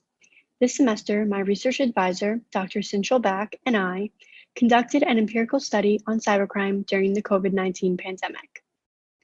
Advances in technology and cyberspace have transformed how we live and continue to do so every day. Technology has even created an emerging field of crime, cybercrime. Information technology and interconnectivity facilitate cybercriminals to utilize the internet to exploit online users. Given that, it can provide more criminal opportunities. Moreover, the COVID-19 pandemic has changed the worlds of crime and cybercrime. The nationwide lockdowns and mandatory stay-at-home orders necessitated by the pandemic have caused non-essential businesses and K-12 public schools to close. As a result, work, school, and social gatherings have switched to cyberspace. Therefore, more people are using the internet to continue their lifestyles as normally as possible. This increased internet use then heightens individuals' exposure to cybercriminals and their deviant acts. Since the onset of the pandemic, researchers have conducted studies to investigate how the pandemic has changed the world of cybercrime and victimization. However, no study has empirically examined the relationship between the COVID-19 pandemic and cybercrime victimization, focusing on malware infections in the United States. We believe the societal changes as a result of the pandemic significantly contribute to changes in cybercrime. Therefore, our study explores the relationship between malware infections, COVID-19 reported positive cases, closed non-essential businesses, and closed K-12 public schools. It is important first to review past research and acknowledge their findings. Recent studies have found that the COVID-19 pandemic has considerably altered crime. Some findings specifically include a decrease in property crimes in March and April of 2020, a decrease in minor group offenses, an increase in business burglaries, and an increase in crimes committed alone, such as intimate partner violence and homicide. More importantly, the COVID-19 pandemic has influenced cybercrime around the world. Lally et al. In a 2020 global study found that phishing and malware infections were the two most prominent types of cybercrime during the pandemic. A study from the UK found an increase in cybercrime and online fraud during the pandemic. However, a study from the US found no increase in cybercrime victimization. Therefore, in this regard, the current study expects to contribute significant information to the impact of the COVID-19 pandemic on cybercrime victimization. Our paper also utilizes the routine activities theory proposed by Cohen and Felsen. This theory explains the three components needed for a crime to occur: a motivated offender, a suitable target, and the absence of a capable guardian. More use of the internet, necessitated by the pandemic, may increase the potential for motivated offenders.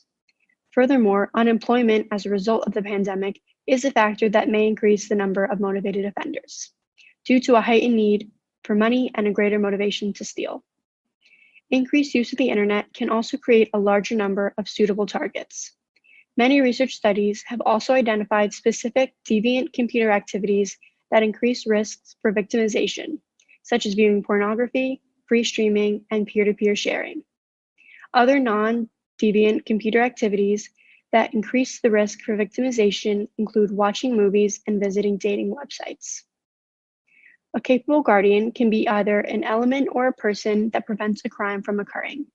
With cybercrime, a capable guardian could also take the form of antivirus protection or software. Interestingly, some studies have found that antivirus software increases the risk for victimization. We also specifically reviewed research concerning online exposure to malware infections. Demographic predictors for victimization include unemployed younger males who live independently from their parents and have a less active offline social life. Other factors that increase one's vulnerability are public computer use, insecure Wi-Fi connections, and a lack of knowledge or inability to identify malware. On the other hand, a better economic situation is associated with a lower risk of cybercrime victimization. Interestingly, many studies examined personality traits that influence the risk for victimization. One study found that more open individuals had a higher risk for victimization, while those with high conscientiousness and emotional stability had a lower risk. Other personality traits that increase risks for victimization include impulsivity and lower self-control. However, there is limited research on the relationship between malware infection specifically and closed non-essential businesses in K-12 public schools, as well as daily COVID-19 positive case numbers. Given that, we hypothesize the following relationships. 1, there is a positive relationship between closed non-essential businesses and malware infections in the US. 2, there is a positive relationship between closed K-12 public schools and malware infections in the US. And 3, there is a positive relationship between daily COVID-19 positive cases and malware infections in the US. Data utilized in the study derives from the Kaspersky Cyber Threat Real-Time Map, the Centers for Disease Control and Prevention, and the COVID-19 US State Policy Database over the course of 6 months from January of 2020 to June of 2020. The Kaspersky Cyber Threat Real-Time Map was used to collect daily numbers of malware infections. The CDC was used to collect daily reported positive COVID-19 cases. Lastly, the COVID-19 US State Policy Database was used to collect data for closed non-essential businesses and closed K-12 public schools. The dependent variable for cybercrime victimization was measured by the number of malware infections in the US per day. The independent variables were closed non-essential businesses, closed K-12 public schools, and reported COVID-19 positive cases. Using SPSS 27, we first produced descriptive statistics for the variables used in the study. The means for malware infection and COVID-19 positive case numbers were respectively 330,007 and 14,437. The standard deviation for both of these variables were respectively 22,609 and 13,841. Prevalence rates for closed non-essential businesses was 18%, which is equivalent to 33 days out of 182 days. Prevalence rates for closed K-12 public schools was 41.2%, which is equivalent to 75 days out of 182 days. Also using SPSS 27, we analyzed the bivariate relationship between the variables. All three independent variables had significant relationships with malware infection numbers. In line with these results, we tested the three hypotheses using the ordinary least square regression models. Model 1 indicates that there is a statistically significant positive relationship between closed non-essential businesses and malware infection victimization.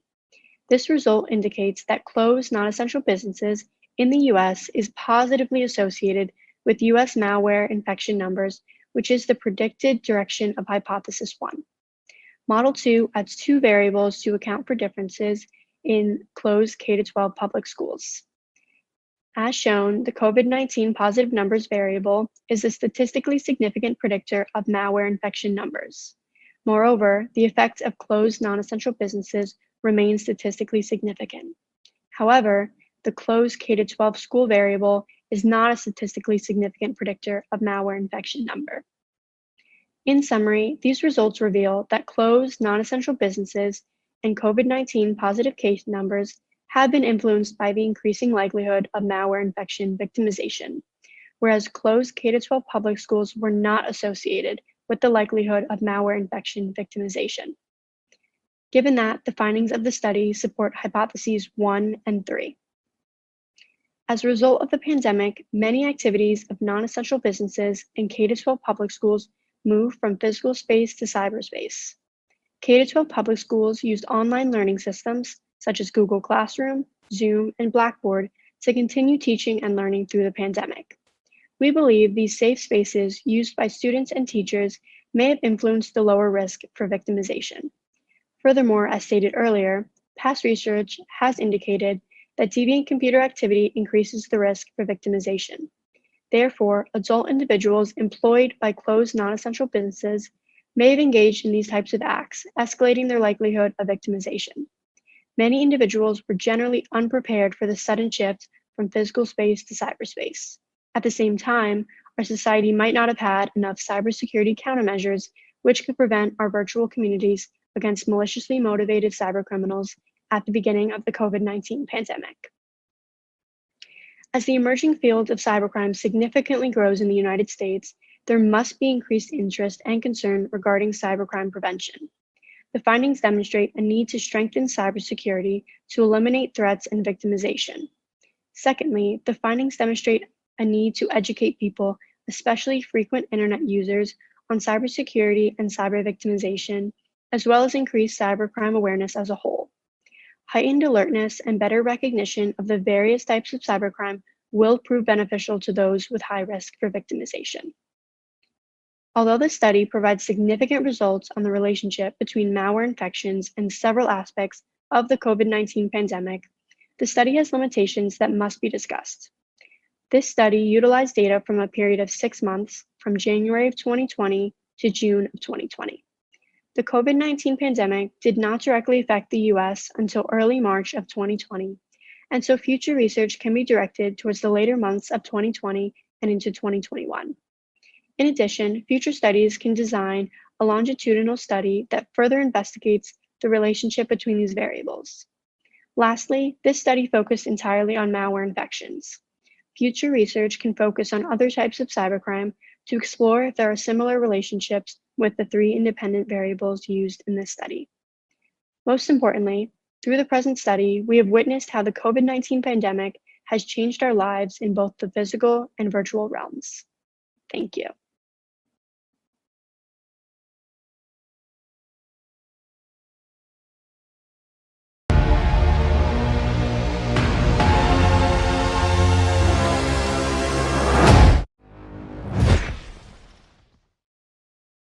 Hello, my name is Jisung Hwang, and I'm studying politics and international relations at Seoul National University. I would like to begin by thanking the organizers of the student paper competition, who worked tirelessly to make this event a success. I would also like to thank my faculty advisor, Dr. Kyung-Sik Choi, for guiding me through the writing process of the paper. Through regular online meetings, I was able to discuss my progress and receive feedback, despite the difficulties posed by the time difference. Through these meetings, I was able to gain invaluable insights into North Korean cyberterrorism from a criminological perspective. I would also like to thank all of the experts who participated in the interviews that went into the paper. Lastly, I would like to thank all those who were able to participate today. Although this presentation is virtual, I am thankful that we are able to meet online. I now turn to the presentation of my paper, which is titled North Korean Cyber Attacks and Policy Responses, an Interdisciplinary Theoretical Framework. I will begin by introducing the current situation, the purpose of the paper, and the structure the paper follows. I will then introduce the two main theoretical frameworks we use to conduct analysis. Thirdly, I will introduce the methodology of the expert interviews. Next, I will present the best practices and policies based on the interview results. I will follow by discussing the policy implications of our analysis, and will end by presenting the conclusions and limitations of the study. The study conducts a qualitative analysis of the objectives, forms, current trends, and characteristics of North Korean cyber terror attacks. It also suggests the way to ensure further progress towards succeeding in an international policy response. So, why focus on North Korea's cyber attacks? Within the 21st century, cyberspace has become an area of importance in international security. Cyber attacks are an attractive option for pariah states such as North Korea that have limited military and economic resources. The rationale for North Korea's use of cyber war power as a strategic weapon is that it is cost-effective and easy to utilize, it spreads quickly, and it can cause huge repercussions. Moreover, there is no need for physical infiltration, anonymity allows for secrecy, and sanctions and retribution are difficult. These cyber attacks are expected to multiply in number as well as in form in the future. Unfortunately, there remains a general lack of academic discussion on North Korea's cyber terrorism, and there has yet to be an established international consensus on policy response. In an effort to direct attention to these circumstances, the study conducts an analysis of the objectives, forms, current trends, and characteristics of North Korean cyber terror attacks. We then suggest a way to further ensure progress towards formulating an international policy response based on the network theory of world politics. The two theoretical frameworks we focused on were the theory of differential opportunity and the network theory of world politics. The theories were used to analyze experts' individual views about policy response and to suggest a way of action that is currently not being addressed by states. In doing so, we aimed to consider the multifaceted and asymmetrical nature of cyber terrorism within the context of postmodern international politics. We used elements of the differential opportunity theory to describe the nature of North Korean foreign policy, subculture, ideology, and social learning mechanisms. These provided a greater understanding of the drivers behind cyberterrorism activities. In particular, we drew upon the factors of enemy, subculture, and differential association. The trend of North Korean cyber attacks followed three stages. Enemy caused by the difference between legitimate purposes and means, the resulting subcultural creation, and differential association and learning that leads to the persistent development of cyberterrorism. The second theory we used was the network theory of world politics. The network theory provides perspectives about the concept of power that is crucial to the understanding of North Korea's cyberterrorism in an international setting and in formulation of policy response. In an effort to lay out a comprehensive international cooperation framework in response to North Korea's cyber attacks, we adopted perspectives from Kim's categorization of network power. Network power derives from the ties between nodes and from the network as a whole, not from individual nodes. Kim's categorization of network power includes collective, positional, and programming power, which will be explained shortly. Now I will move on to the methodology of the interview. The interview was structured so as to obtain responses about the trends, motivations, and impacts of North Korean cyber attacks, the strengths and weaknesses of current prevention efforts, effective prevention strategies, and suggestions to policymakers. After interviewing a total of 8 experts, the data collected was then subjected to a 2-level analysis.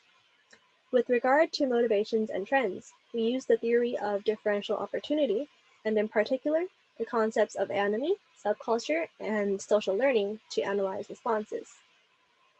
After the initial analysis, a secondary, more intensive analysis was conducted with regard to policy formulation.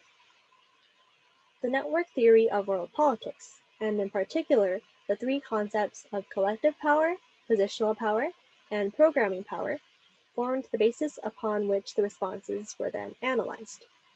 Now, on to the results of the analysis. The theory of differential opportunity focuses on situations in which actors internalize conventional goals but are unable to realize them legitimately. Viewed from the perspective of enemy, North Korean cyber attacks reflect the strategic interests of the state when rising sanctions and international isolation provide few avenues to realize them. Experts recognize that the conventional goals of state power and wealth inspired North Korea to develop its cyber-terrorist regime. All of the interviewed experts agreed that monetary gain in particular was a strong driving factor of cyber-terrorism. Responses also showed that motivations behind cyber terror can arise from changing state goals. While information was given precedence in the past, current trends illustrate the role of financial opportunity in pushing cyber attacks forward, with many experts mentioning Bitcoin hacking and ransomware attacks. The responses pertaining to understanding North Korea's subculture and social learning system were less robust compared to the concept of enemy, which could be more easily observed by analyzing trends of cyber attacks from outside of North Korea.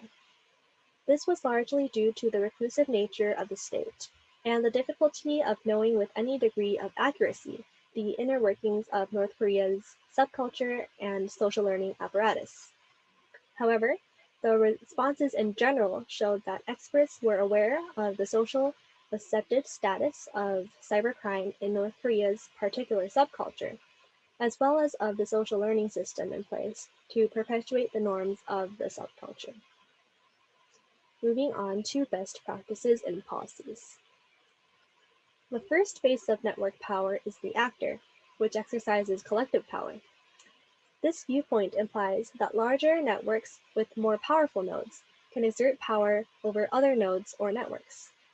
In the area of counter-terrorist policy regulation, there has yet to be a networker that has the power to gather many nodes and exert enough collective network power to deter North Korea's cyber-terrorist activities. While an international agreement has been difficult to reach, most of the solutions suggested by the experts during the interview rested upon an urgent need for collective power in the international sphere, particularly in the form of interagency and international cooperation. The second phase of network power is the system, in which power derives from the organization and principles of the network itself, with the programmer having the power to design the rules of the game. Currently, the lack of unified policy and unstable relations with North Korea continue to prevent South Korea and other states from realizing potential to exercise programming power as middle powers. Nevertheless, experts have proposed several ways in which a certain level of centralization can be reached. Creation of a central oversight organization, while ensuring that issues such as privacy are respected, requires the rules of the game to be crafted in a way that enhances efficiency while not compromising values upheld by private and public networks. The third phase of network power is the process, which focuses on positional power, in which a switcher can control the level of access between networks. A concept central to the idea of positional power is the structural idea of centrality. A node with a high degree of betweenness centrality is at a structurally strategic position, which allows it to play the role of broker. The international status of positional power is not conducive to preventing North Korea's cyber-terrorist activities. Moreover, the decentralized nature of cyberspace makes positional power hard to exercise even within states. Experts suggested that states can play a brokerage role between the disparate networks of information and security. States can also play the role of broker between internal and external internet networks. Moving on to policy implications and discussion. Analysis from the perspective of the network theory of world politics, as well as insights from experts in cybersecurity, showed that policy needs to focus on the ability of governments to exercise positional, programming, and collective power. Collective power suggests policies change in the direction of creating comprehensive legal frameworks and forming stronger international agreement on response to cyber terror. Programming power suggests that governments include the public and private sectors when forming policy to deter cyber terrorism and to set the rules and norms of the game when it comes to cyber terror. Positional power suggests that governmental organizations or officers act as brokers between different networks. For example, between the networks of information technology and security in order to more effectively respond to cyber terror attacks. These policy implications can be categorized into legal frameworks and international cooperation, incident response, and education.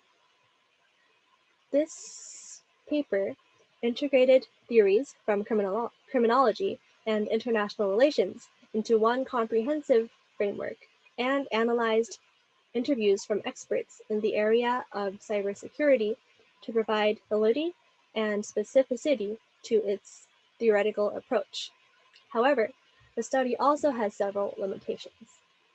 The sample size of experts available for interview was comparatively small at 8 experts, and the continued spread of COVID-19 prevented the researchers from conducting face-to-face interviews that could have yielded more specific answers. Future studies that incorporate a larger sample size of experts can contribute to generalization of the results found by this study. Thank you very much for listening to this presentation.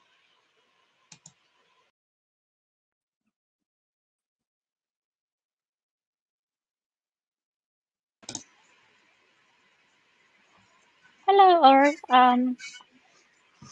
As introduced by Dr. Jae Choi, I'm Claire Seung Lee from UMass Rural. Great to be here today.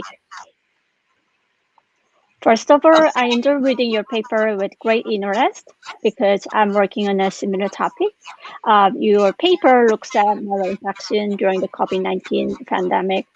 Specifically, the paper investigates the relationship between the number of malware infection, COVID-19 positive cases, the close number of businesses and public school in the US. This is a great addition to ongoing COVID-19 related research. It deserves a lot of attention. While I provide my detailed comments and feedback in a written form, I'd like to use this time to ask 2 or 3 questions. So my first question to Sydney is, the study was conducted with a time frame of January to June 2020. However, in the US, the pandemic or the measures by the federal, state, and local authorities widely started around March 2020, if I remember correctly. I wonder how different the first 3 months, January to March 2020, would be different from the second 3 months, April to June 2020. You can split the data into 2 time frames and run the same analysis as you did exactly and compare the results. I assume that you can't do this right away while listening to my question. What would you think this additional analysis results might change or convey? Thank you for your question, Dr. Lee. To conduct this additional analysis, we would conduct a t-test to compare and determine whether there's a difference between the first 3 months and the second 3 months. Generally, I believe this additional analysis would convey the considerable differences between the 2 timeframes, like you mentioned in your question, and I also wrote in the discussion section of my paper. The COVID pandemic did not directly affect the US until early March of 2020. Therefore, I believe the first 3 months would convey the normal and average rates of malware infections during the pandemic, before the pandemic, excuse me. And I believe the second 3 months would convey the changing rates of malware infections since the onset of the pandemic, and also demonstrate its relationships with COVID-19 reported positive cases in both closed non-essential businesses and K-12 public schools. This overall comparison of the 2 timeframes would also convey how the pandemic had such a significant impact on malware infections. But I still think it was very important to incorporate the early months of 2020 into our study to see how the pandemic brought about so much change in both the US and the world of cybercrime. Oh, great. Thank you for your great answers. Next, I'd like to ask you more about cybercrime in the post-COVID-19 era, which we are very much looking forward to. So you studied malware infection during COVID-19. I believe there are many other types of significant COVID-19 cybercrime victimization cases.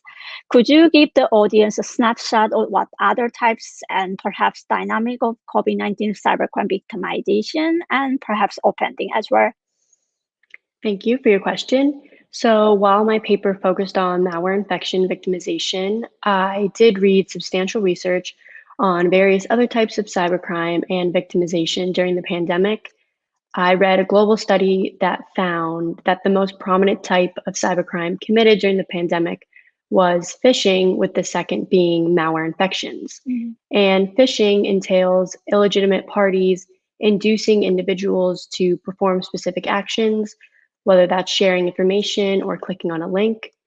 And traditionally, cybercriminals would email or text links to individuals to lure them to a fraudulent website to attempt to collect personal information or even install malware. But now, since the onset of the pandemic, some cybercriminals are incorporating emotional appeals regarding the virus into their schemes to establish trust and eventually manipulate their victims. So this could include mentioning unemployment or stimulus checks, asking for donations, or just mentioning the CDC or the COVID-19 virus in general. This strategy is very alarming since many individuals can easily fall for it. So I'd like to warn internet users to especially watch out for these types of techniques and strategies that are being used. Thank you very much for your answer and great advice. In fact, I have received some like unemployment scams in my mailbox a few times. Okay, I have a last question to Sydney, if I may. So that question is more about your future research agenda, which you mentioned during your presentation. So we all hope that COVID-19 comes to an end pretty soon. How do you see the new normal situation, which means that COVID-19 will be less visible and we will go back to the normalcy of our life, will change cybercrime offending? Are there going to be more cybercrime after COVID-19? Do you think cyber criminals will use different new techniques of cybercrime, in particular for malware infection or any other types of any other types of cybercrime victimization and offending? And thank you very much in advance. Thank you. So the COVID-19 pandemic, without a doubt, changed cybercrime, with more people at home using cyberspace to try to continue their lifestyles as normally as possible. The use of the internet skyrocketed and in turn provided more cybercriminal opportunities. In the new normal situation, I see cybercrime hopefully decreasing, even in the slightest, as more people return to work and school and overall rely less on cyberspace and the internet. However, I strongly believe cybercrime after the pandemic will never go away. The convenience and easy use of the internet will only increase as technology consistently advances, and cybercriminals are getting smarter and discovering new ways to manipulate victims by the day.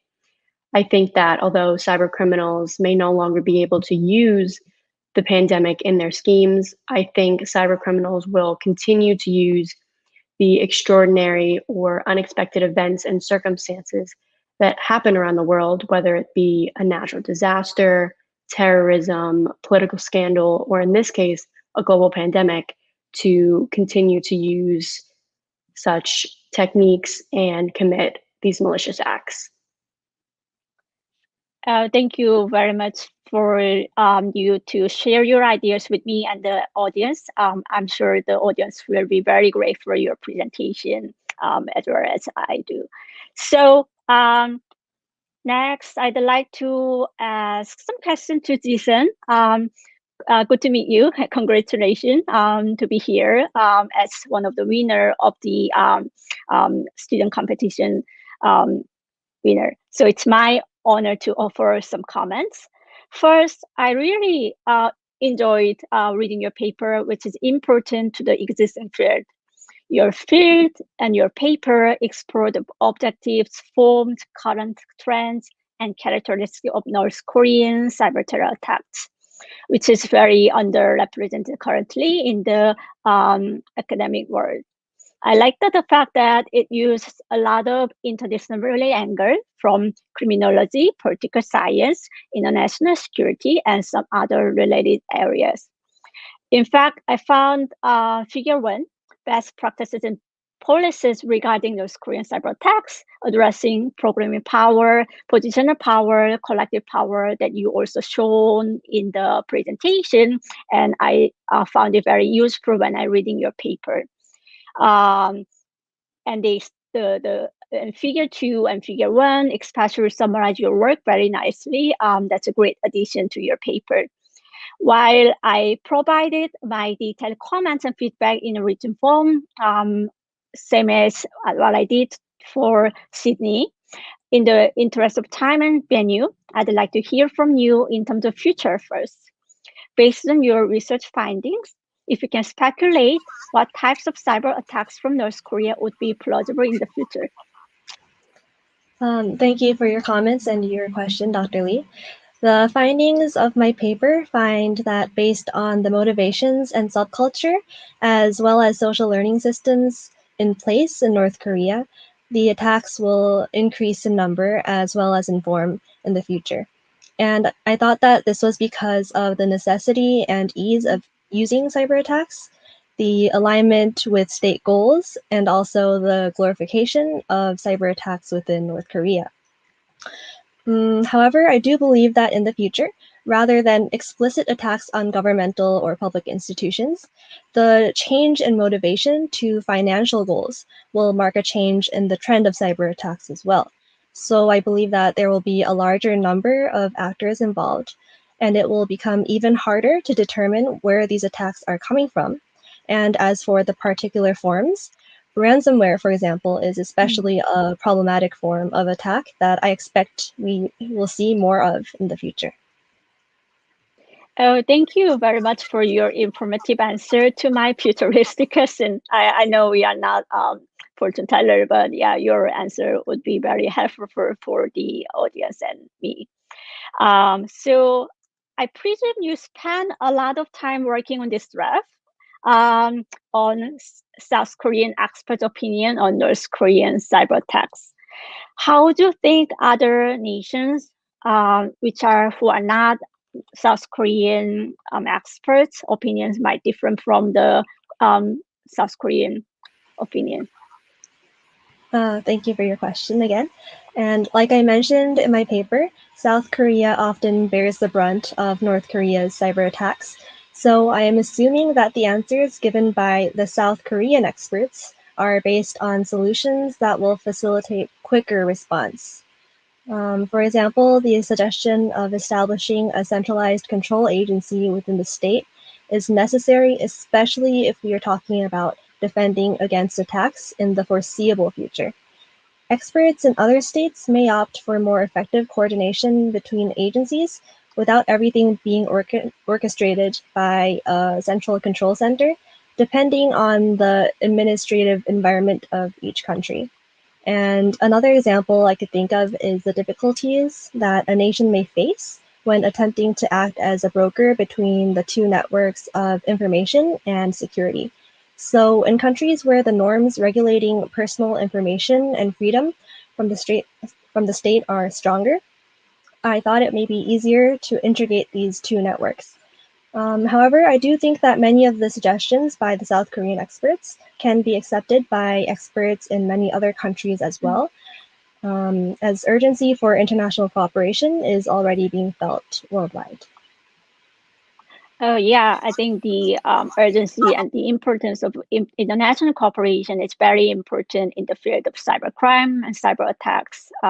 I'm sure that's one of the most important things for North Korean cyber attacks in terms of our measures. Thank you for your thoughts about the differences in other countries and South Korean expert opinion. If I may, I have one more question.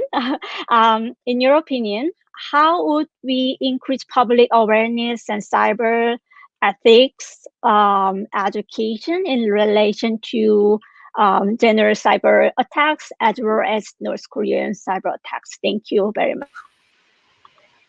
Thank you. Public awareness and cyber ethics education, they're both very important, but very often overlooked in practice.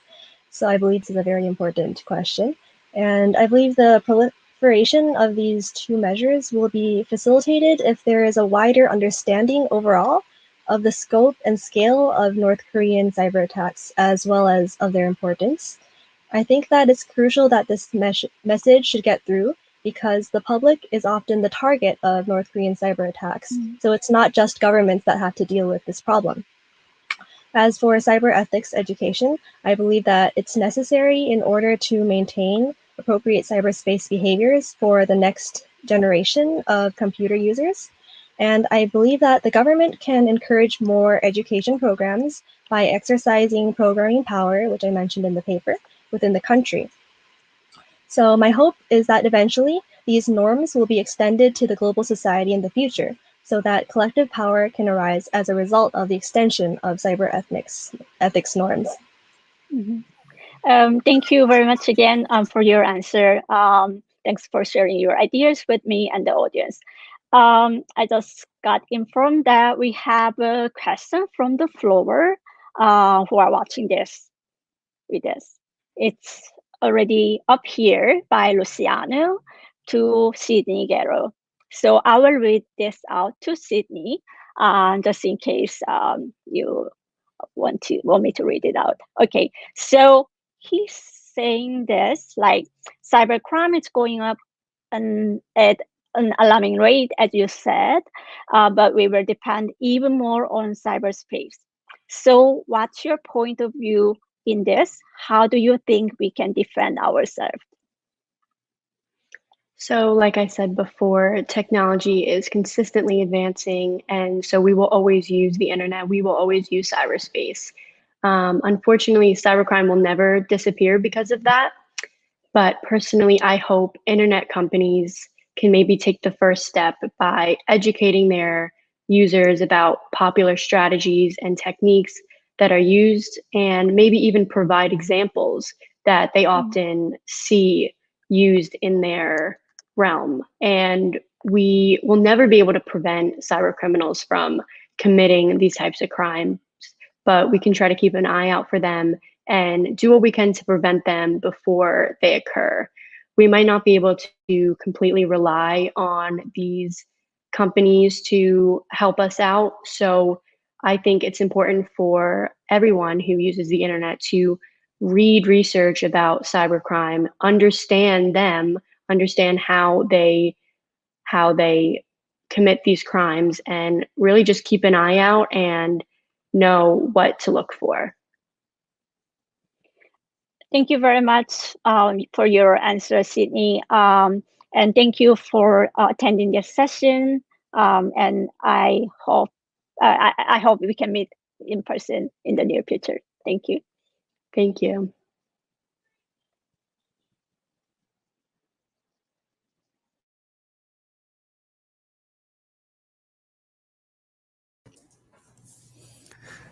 Thank you, Dr. Lee and student presenters. This discussion session was very interesting and informative. It appears that the unique context, such as the pandemic, can play an important role in shaping cybercrime. Also, the unique environment, such as North Korea, should be further studied to prevent cybercrime.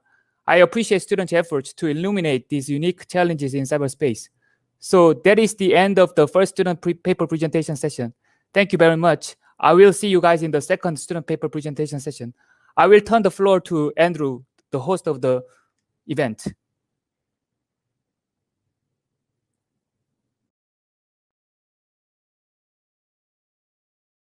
Thank you so much, Dr. Choi.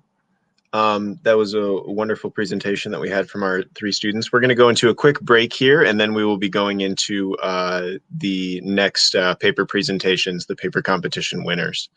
So we will be back after a short break here. We'll be back at 2 p.m. Eastern.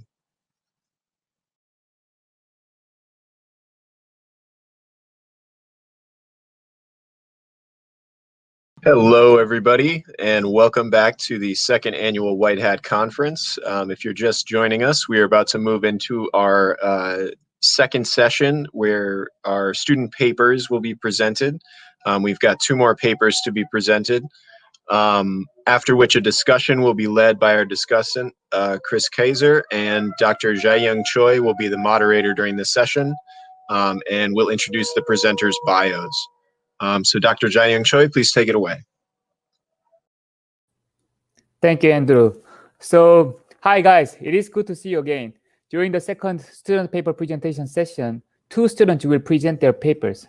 Na-young from Gyeonggi University will present the findings of her study on juvenile prostitution in cyberspace.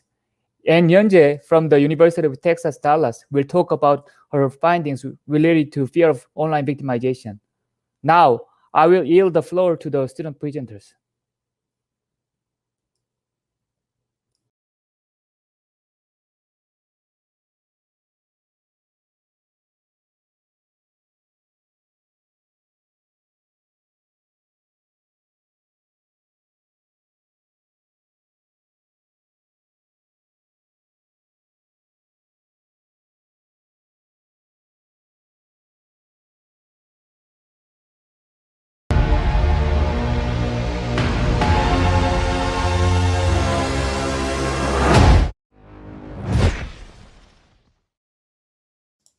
Hello, I'm Nayako from Gyeonggi University. My paper title is Effects of Disorder on Juvenile Prostitution in Cyberspace, the Application of Safety. The paper advisor is Jonghyun Chang from Contest Convergence Software Research Institute in Gyeonggi University. Begin with, I will explain some concepts. First, juvenile prostitution. In Republic of Korea, juvenile prostitution is a violation based on the Act of the Protection of the Sex of Children and Adolescents. Following 2020 white paper on sexual crime, the current status of registered cases relating to prostitution is steadily increasing. See the graph among the victims of youth prostitution who visit supporting institutions. 87.2% showed that online is a path of sexual attraction. Therefore, we will focus on the aspect of online in juvenile prostitution. Second, SAPTID. SAPTID stands for Crime Prevention through Environmental Design. This is the way to prevent crime that eliminates the cause of crime by removing the environment in which crime can occur. Generally, SAPTID is divided into basic and additional components. The basic elements consist of natural surveillance, access control, and territoriality. And additional elements of SAPTID usually include activity support and maintenance and management. We will introduce the concept of cyber-SAPTID. Cyber-SAPTID is a cybercrime prevention strategy that aims to prevent cybercrime by applying the concept of SAPTID to cyber domains. Dennis Leber presented the concept of cyber-SAPTID. Cyber-SAPTID is discussed in conjunction with cybersecurity, focusing heavily on technical aspects. However, SAPTID in the real world has not required advanced technology. It means that we want to discuss a way to prevent crimes which occur in cyberspace in an easy and intuitive way. Before discussing the cyber-SAPTID, we would like to discuss whether SAPTID can be applied to cyberspace. It can be a discussion about the concept of space, and it is a question like, can cyberspace be considered as a physical space of a real society? To answer this question, we must know where the term cyberspace began. The word was first used in the novel New Romance by William Gibson. The real name of the term cyber is cybernetics. Cybernetics means a steerman and control. When the concept of cybernetics was urged, cybernetics was called the concept that implied artificial brain science.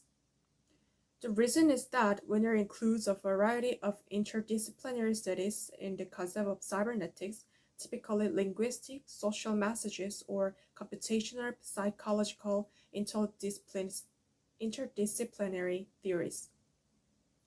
The cybernetics is a term for exchange of messages as a simultaneous process of communication and control, and its focus is on exchanging information. In modern times, the concept of cyber became meaningful as a technology that used computers or networks. This is a reduction of the original cybernetics concept. The main reason for the claim that cyberspace cannot be the same as the real world is that space is very physical. Therefore, cyberspace is just a metaphor for them. This is because the network is seemingly non-physical. The reason that we use space to cyber is interactive and capable of communicating with the majority perceived as forming a space. Physically, it is just a complex network of machines, but we can say that the social relationship in cyber makes cyberspace a virtual world, which is composed of cognitive experiences. However, the technique of interface has made the non-physical appear physical. Space is a physical thing, but in the end, it is artificially created. Space in reality is called space because it is perceived as space. The virtual space envisioned in the head by cognitive experience is not recognized as a visual effect. Also, both spaces have social relationships. Moreover, both spaces are where individuals act in relation to their daily lives. Phenomena such as crime is a social phenomenon that occurs between people and social issues. Therefore, whether in real life or cyber, we can call them spaces at least when discussing social phenomena such as crime. Back to SAPTID. SAPTID is a way to inhibit potential perpetrators' behavior. And it is obvious that if someone were to inhibit behaviors over the network, the someone who recognizes the inhibition is people who are in reality. In this paper, we argue that SAPTID uses the method of exploiting the physical environment, and the principle is application to the cognition of sanctions against behavior. As a result, It is not applicable to physical environments only that can be touched. In other words, we can apply septate on cyberspace. As the elements of septate vary from researcher to researcher, we follow the concept of septate, including natural surveillance, natural access control, territoriality, and two additional strategies. Natural surveillance is the principle of maximizing visibility by ordinary people. In cyberspace, because of its openness, anonymity, and non-face-to-face characteristics, people do not feel that they are under surveillance. We need to enable users to recognize that cyberspace is the same form as agrosphere, allowing users to naturally monitor and be monitored by others. As a result, if the concept of natural surveillance is applied to cyberseptic, it is to censor and monitor activities in cyberspace, natural or voluntary by the user's perception of surveillance. Access control makes access to targets difficult and increases the risk of criminal activity being exposed. In other words, it controls potential offenders from accessing their targets. The most common in cyberspace is a firewall. Access control is one of the most applicable concepts of septate in cyberspace. Consequently, if the concept of access control of septate is applied to cyberseptate, it increases effort to access a particular space or inhibits access in the first place. This will necessarily require clarity of territoriality in cyberspace. Territoriality is a hypothetical area in which local residents can claim their rights by using or occupying a particular area. In cyberspace, territoriality is usually presented in relation to information. However, creating boundaries for information is difficult. Consequently, if the concept of territoriality of septate is applied to cyberseptate, it should mean that users of a particular cyberspace use that space. In other words, territoriality in cyberspace is using public places to keep one's information. Active support is an additional strategy which reinforces natural surveillance by inducing and stimulating active use of public places. In cyberspace, active support in cyberspace will vary by nature between cyberspace. Thus, the type of activity support varies depending on what purpose the space is, but inducing the influx and active activity of users using the space will not differ significantly in septate and cyberseptate. Maintenance and management is also an additional strategy to ensure that certain facility or public places are continuously used as originally designed. In cyberspace, a space such as a program, software, or application is maintained and managed continuously. Regularly organizing programs is also a method of maintenance and management, and updating is also a method. We focus on the environment of cyberspace called random chat apps. Random chatting is a real-time online conversation service between unspecified users through text, voice, and video. It is often used in juvenile prostitution. SBS, which is broadcasting station in Republic of Korea, conducted an analysis of juvenile prostitution. They met 1,000 people, and among them, 31.9% chatted from sexual purposes, and among them, sex buying chatting was 25.6%. 265 people said the age doesn't matter in prostitution. On September 10, 2020, the Ministry of Gender Equality and Family established standards from harmful media for juveniles targeting the random chatting apps. These are about authentication, sharing, and reporting problems in the app. This regulation seems to have or follow the concept of access control, surveillance, and territory. Also, by this regulation, all random chatting apps had to manage their app environment. However, we couldn't find out the concept of active support. After criminal action was taken against harmful apps, we looked at 5 random chatting apps. There are age problems. The age setting value in the app didn't match the age of the app regulation. Also, some apps don't notify or warn about reporting. As a result, we think that to reinforce the elements of cyber safety in random chatting apps, there should be age limits both lower and upper. This is because most of the perpetrators are men in their 30s and 40s. And the applicable of safety while using app is weak. So we think that regulation of text seems essential, because usually they use text to communication. In conclusion, we focus on the cyber safety and the environment of random chat apps. The application of cyber safety can pose a problem that violates freedom in cyberspace. However, freedom without regulation is just a disorder. In reality, we have many regulations to share and communicate.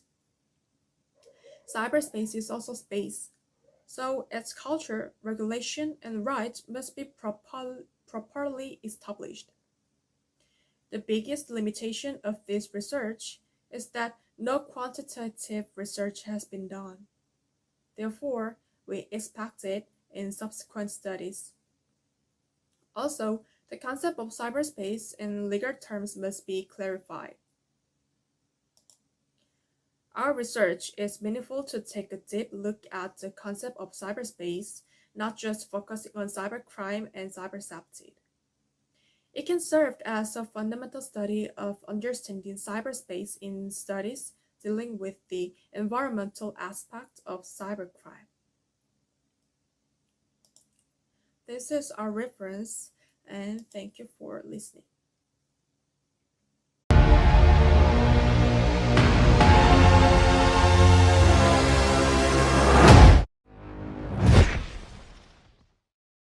Hello, my name is Yonde Park from University of Texas at Dallas.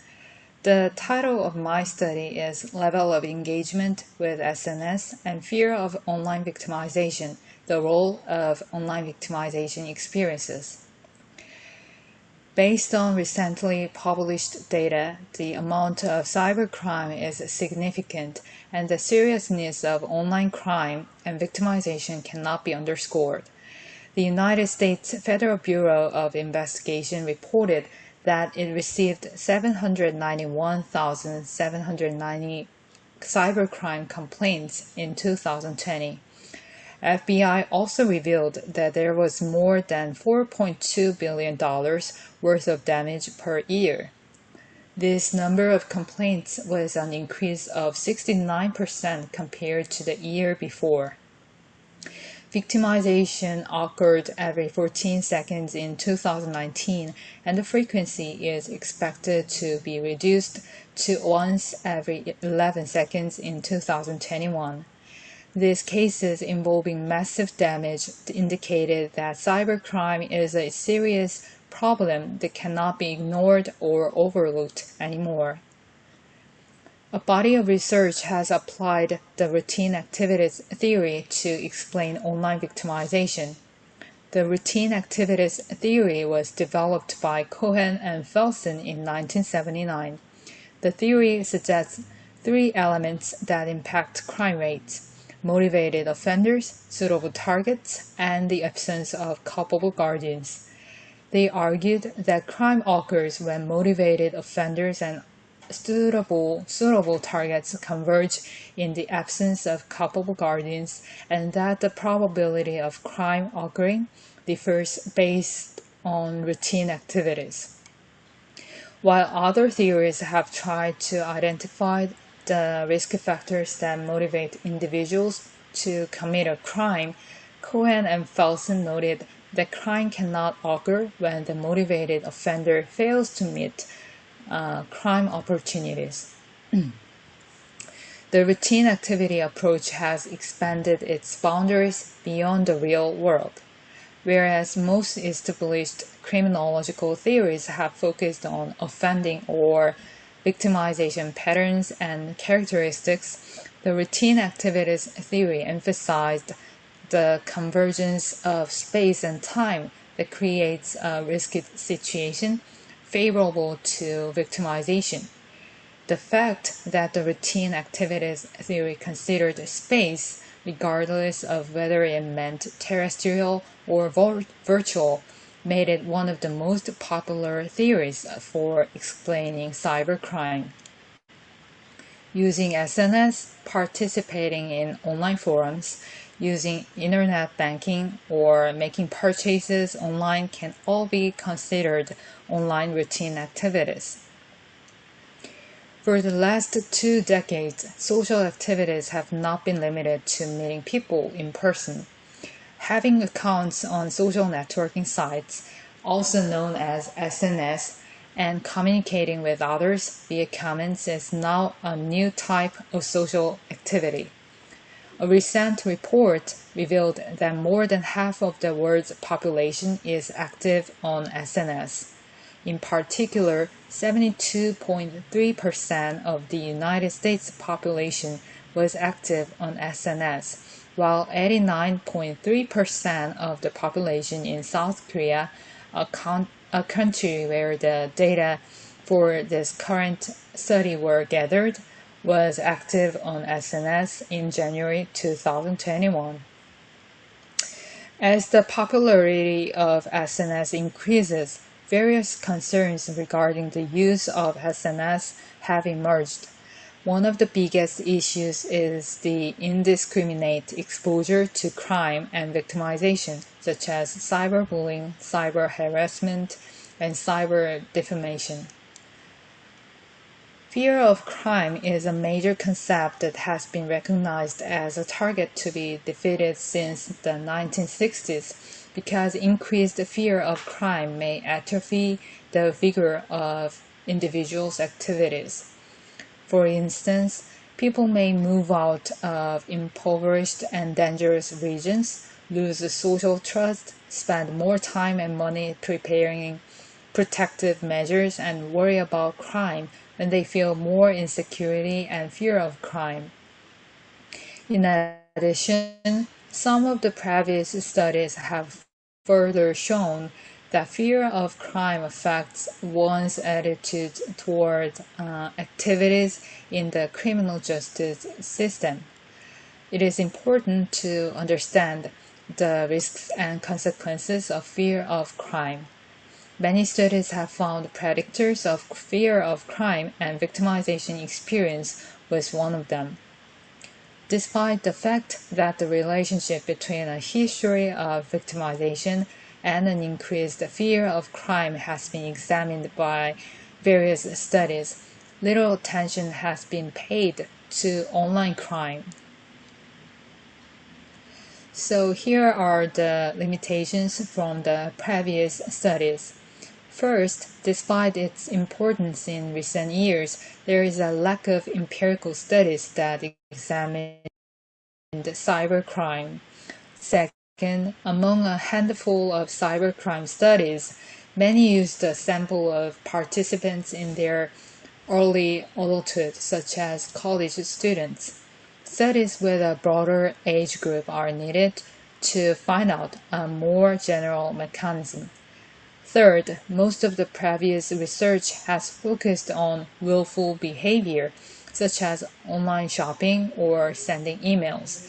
While these activities are performed daily, having an account and access to a website are required prior to engaging in these activities, but these activities has been overlooked in the previous studies. The present study aimed to examine the direct association between the level of engagement in SNS and fear of crime. And secondly, the present study aimed to explore whether victimization experience can mediate the relationship between the level of engagement in SNS and the fear of crime.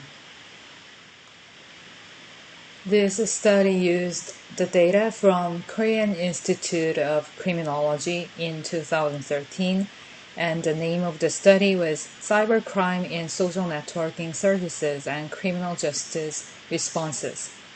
A total of 1,000 adolescents and adults who used at least one of 4 major SNS sites in South Korea participated in this study. The number of accounts the respondents had with each of the SNS sites was calculated to get level of SNS engagement and to get victimization experiences on SNS. The study asked respondents whether they had any experience of victimization on any of the 4 SNS sites within a past year. And also for dependent variable, we examined the fear of victimization on SNS, and respondents were asked to rate how much they worry about victimization on the SNS sites. And for control variables, we included gender, age, highest level of education, and monthly average income. The table demonstrates the direct effect of the level of SNS engagement on victimization. The level of SNS engagement was found to significantly affect victimization on SNS. The right column of the table further shows the direct effects of the independent variables on the dependent variable, which was the fear of victimization on SNS. All 3 variables were examined in one model, and the level of engagement on SNS was positively associated with the fear of victimization on SNS. The direct effect of the level of SNS engagement on the fear of victimization, which was one of the key estimates calculating indirect effects, was also significant. Finally, the table demonstrates the indirect effects of the hypothesized model. Victimization experiences on SNS were identified as a significant mediator between the level of engagement and the fear of victimization on SNS. The result equates to the product of the path coefficients between the independent variable and the mediator, and the second path coefficient between the dependent variable and the mediator. This study aimed to examine the association between the level of engagement in SNS and fear of victimization based on the routine activities theory. According to routine activities theory, crime occurs when motivated offenders and suitable targets converge in the absence of culpable guardians. We defined one's level of engagement on SNS as indicating their level of exposure to crime on SNS. The model in this study hypothesized that higher levels of engagement on SNS would increase the fear of crime online. The study also included victimization experiences as a mediator between exposure to crime and fear of crime on SNS. The results of regression analysis showed significant effects on every path. First, the level of engagement on SNS had a positive effect on victimization and the fear of victimization on SNS. Though such a result was expected based on the theory, few studies have found empirical evidence to support this association. For instance, a study tested the relationship between SNS usage time and the fear of crime on SNS. The results show that SNS usage time had no significant effect on the fear of victimization or victimization experiences. The definition of exposure to risk on SNS was different from the present study. However, it is noteworthy that different forms of risk exposure can influence the fear of crime.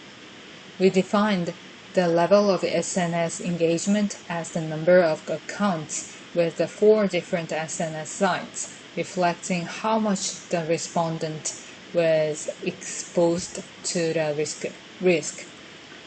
Referring to the contradictory results from the previous studies, we can assume that the difference may have been determined by the breadth of SNS usage, not the depth. More detailed research is needed to investigate the breadth of SNS usage. For example, future studies can examine the number of accounts on one SNS site or count the number of sites a respondent uses. Second, experiences of victimization on SNS significantly affected the fear of victimization. This relationship between victimization experiences and the fear of crime was in line with many previous studies. However, less was known regarding cybercrime specifically. Though this study discovered that such a relationship could be extended to crime on SNS, there is still a need to specify the type of cybercrime on SNS sites. Similar to other offline crimes, cybercrime on SNS can have various components. For instance, cyberbullying on SNS sites involves an interpersonal component, while hacking or identity theft does not require interpersonal contact. Since different crime components have different impacts on the fear of crime, the effect sizes in this association can differ based on the types or components of the crime the respondents experience. Finally, victimization experiences mediated the relationship between the engagement level and the fear of victimization on SNS. All of the paths were significant and directed as hypothesized. We concluded that higher levels of engagement on SNS affect the number of victimization experiences, resulting in increased fear of crime. Effect sizes further demonstrated that the direct effects of the engagement level on the fear of victimization were greater than the prior victimization experiences. This result is interesting since the level of engagement on SNS is rather a secondary measure to operationally define the exposure to victimization and vulnerability, whereas the victimization experiences represent itself. It is possible that the timing of the victimization experience might have affected the effect size. Analyzing the data that specify the conditions would help examine the mechanism beyond the present findings. Considering the large role SNS play in social activities and relationships, the findings are important for understanding how victimization impacts fear and may help to inform policymakers on how to help people stay engaged freely in socializing in a safer online environment. This is the end of the presentation, and I would like to thank you for your time and attention today. Thank you so much.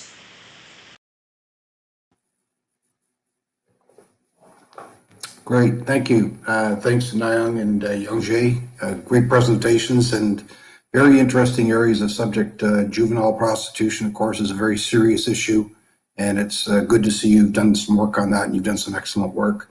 And the social networking services, of course, have become dominant on the internet, and it's an area that is creating a lot of problems in the area of cybercrime. My first questions I'll ask to Nayang. You address an important area in the study related to the need for initiatives to reduce increasing rates of juvenile prostitution in cyberspace. Your attention to platforms such as chat apps used to facilitate such activities speaks to the challenges of how to most effectively monitor and control rates of juvenile prostitution in cyberspace. As you stated, such goals are complicated, but increasingly so given the lax regulatory measures related to cyberspace and cybercrimes. You made a number of references to the Ministry of Gender Equality and Family and their efforts to monitor and identify and file criminal charges against domestic random chat applications that violated the Youth Protection Act.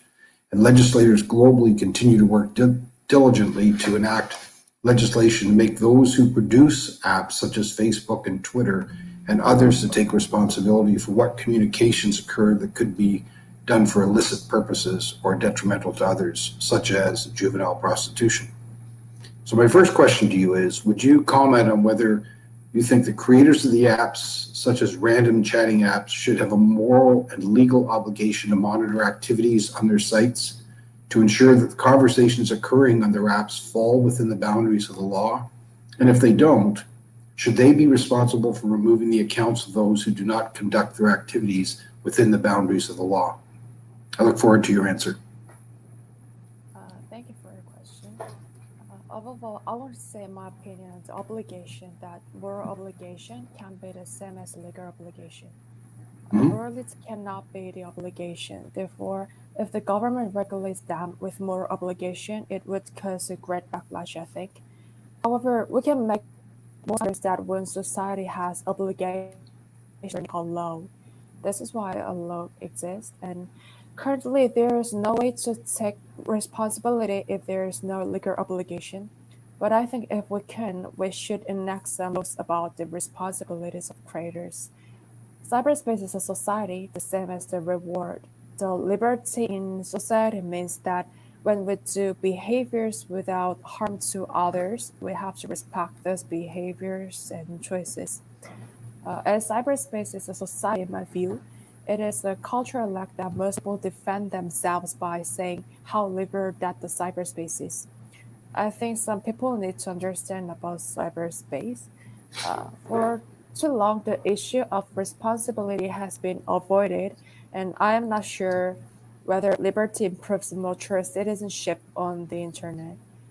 As a result, legislation on responsibilities seems necessary to prevent damage and to make people aware that cyberspace is also a social space.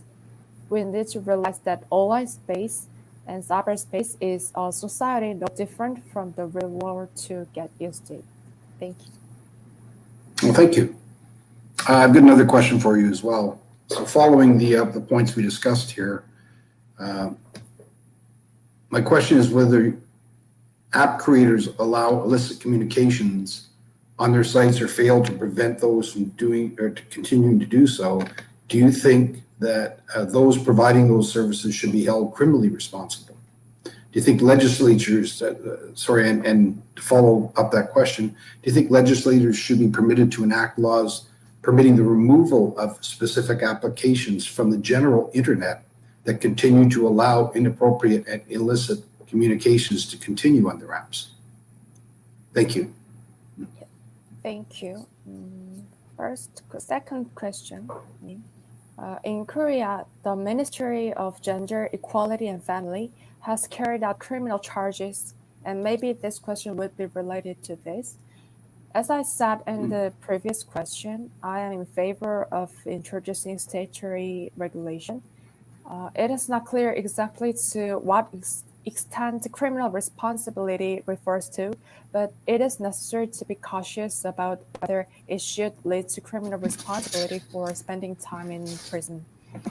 However, the reason why criminal responsibility is not completely excluded is because of the characteristic of cyberspace. In the real world, there is a limit to monitoring people as a person. This is because blind spot exists and the number of watchers is very low compared to those subject to surveillance. However, cyberspace is a sufficiently controllable space, even if the number of observers and the number of targets are not proportional. because the whole environment of the app is created and it is all possible to control. In other words, we cannot help but hold creators fully responsible when they don't monitor deliberately despite their ability to do so. They are different from witness because they are managers of the space. For example, in Korea, minors are not allowed to buy cigarettes, and if minors buy cigarettes, the store owner, the minor bought cigarettes, is held responsible. But if the manager of the cyberplace, where the crime occurred, like juvenile prostitution, isn't held accountable despite having enough surveillance, this is too big a contradiction. However, in my opinion, permitting the removal of apps is too heavy because inappropriate apps are usually made by users, not creators.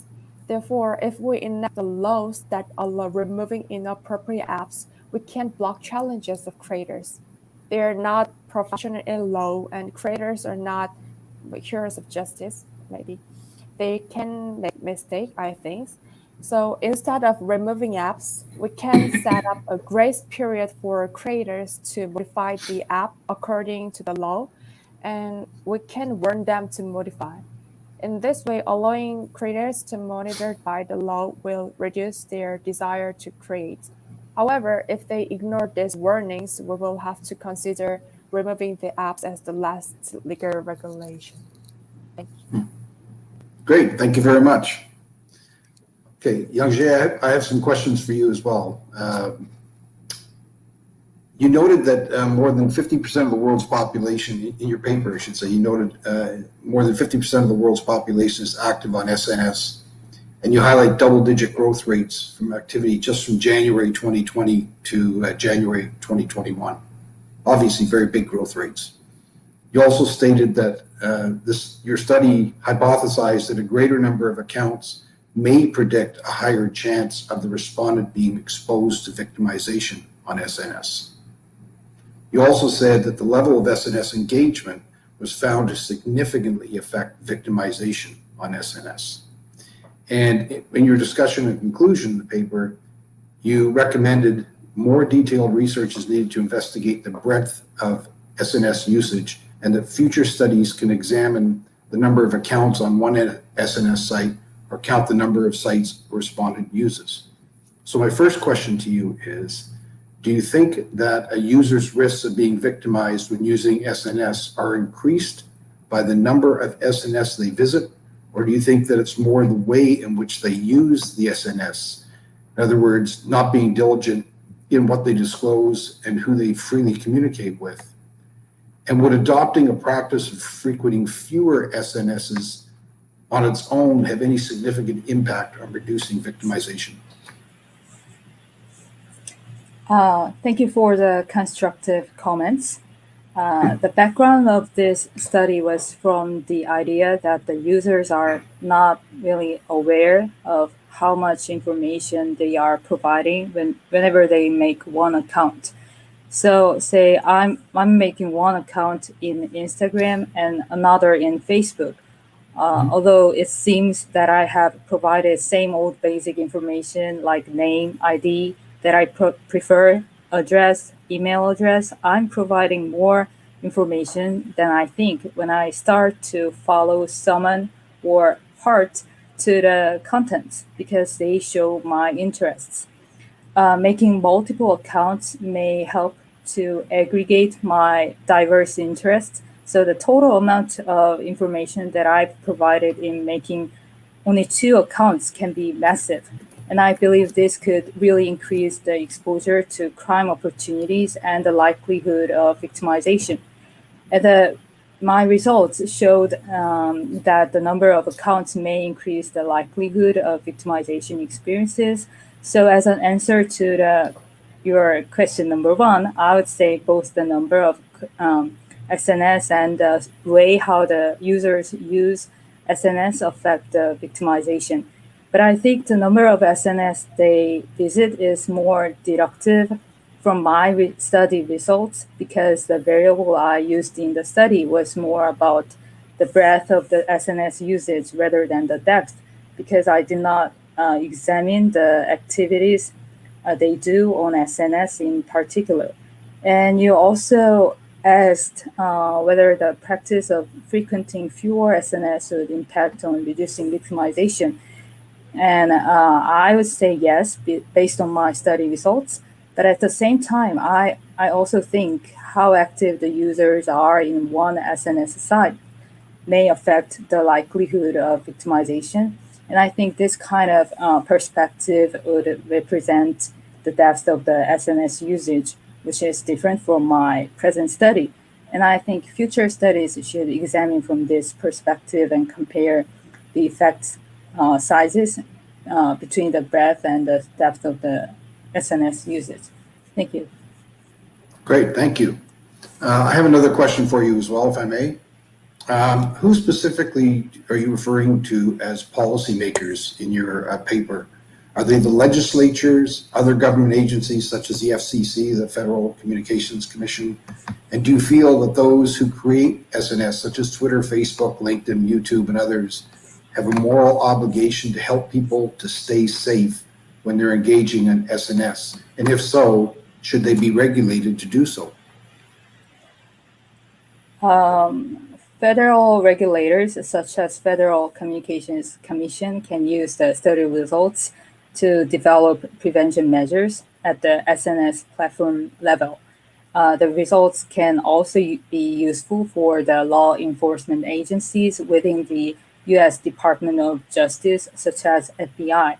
And especially the FBI is where all the cybercrime complaints go to. So knowing the route to cyber victimization and developing intervention programs to protect victims are especially important for these law enforcement agencies. And you also asked whether the SNS sites should have moral obligations to help people to stay safe on SNS, and I would say yes. And I think they should be regulated to do so. The users would be able to protect themselves by making changes with their account status, which means the protection is only possible via SNS sites.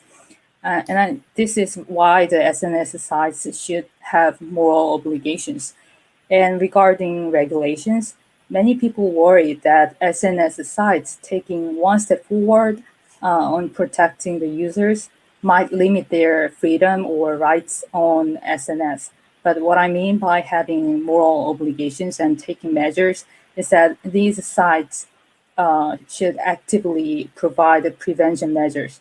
So, for instance, many SNS sites ask the users to change their passwords, but they also allow the users to postpone the changing process. And we all know that the process makes login much more inconvenient and lowers the user satisfaction. So it is not really preferable for the sites to be strict about this protection policy. And I think this kind of compromise should be disappeared from the moral obligation perspective.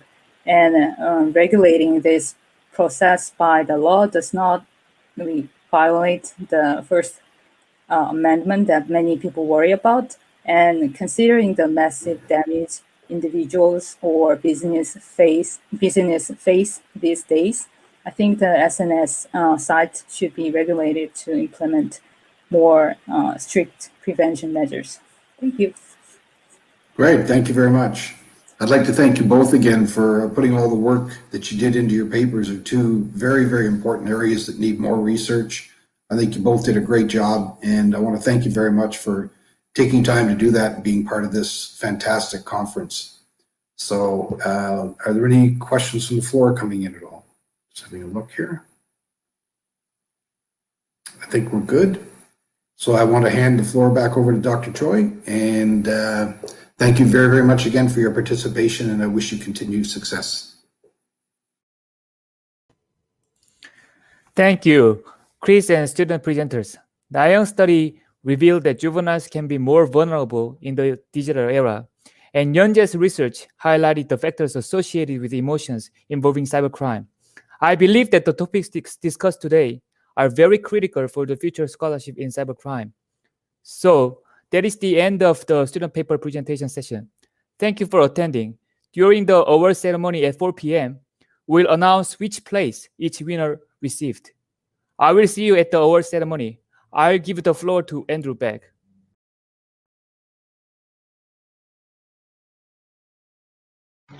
Thank you so much, Dr. Choi.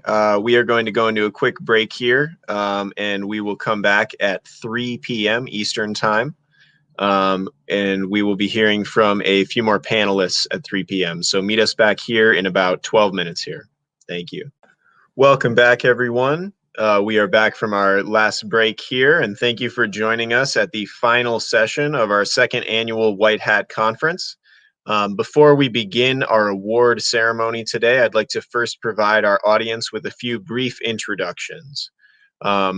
Firstly, Mike Toro Alvarez is a liaison officer of the Center for CIC for Latin America. He is a lieutenant colonel with more than 20 years of experience in the field of public safety and cybercrime investigation, as well as assisting AmeriPol and the United Nations against drugs and crime. We additionally have Dr. Kyung-Suk Chu. Dr. Chu is the U.S. Department of Justice Grant Program Lead and the Professor of Criminal Justice and Economic Crime at Utica College. He is the COPI of the BJA Grant Project, who has worked closely with the PI institution, Boston University. He has extensive research grant experience, such as the OJJDP Juvenile Drug Court Guidelines, the NIJ School Safety Intelligent Fusion Center in Miami-Dade, and the Department of Education Louisiana Safe and Successful Schools Initiative, the BJA Sex Offender Authentication, the KIC Transnational Human Trafficking Study, and finally the Massachusetts Shannon Community Safety Initiative. Lastly, we have Dr. Lou Chitkushev, who is the Associate Dean of the BU Met College, the Associate Dean of Academic Affairs, and the Associate Professor of Computer Science at the Boston University Metropolitan College, as well as the Director of Health Informatics and the Health Sciences Programs. Dr. Chitkushev served as the chairman of the Met Computer Science Department from 2006 until 2013. And in 2004, he was part of the faculty team which established Boston University as a national center of academic excellence in information assurance and in education and research, as designated by the National Security Agency and the U.S. Department of Homeland Security. He is co-founder of Boston University's Center for Reliable Information Systems and Cybersecurity, and as its founding associate director for academic programs and industry relations, he also serves. Dr. Chitkushev's research interest is in computer networks and cybersecurity, specifically in new scalable internet architectures and protocols for reliable biomedical and financial data transfer. Mike Toro Alvarez will begin the awards ceremony by distributing the Outstanding Contribution Awards. And then Dr. Chu will be the moderator of the Student Paper Competition and the CI Competition Awards. Without further ado, let's please give a warm welcome to Dr. Kyung-Suk Chu from Utica College, who will be the moderator during this session and who will provide the winning announcements for these competitions. Dr. Chu, please take it away. Dr. Chu, please come here. This is the White Hat badges, the full star, the golden one.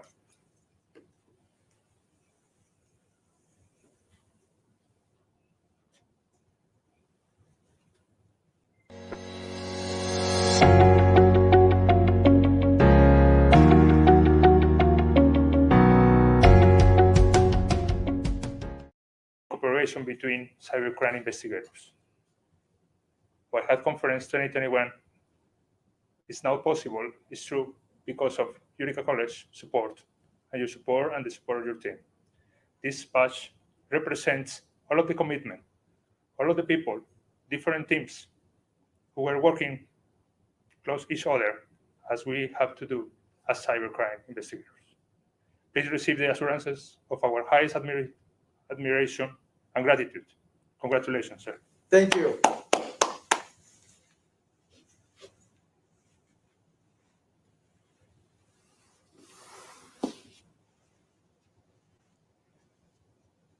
Dr.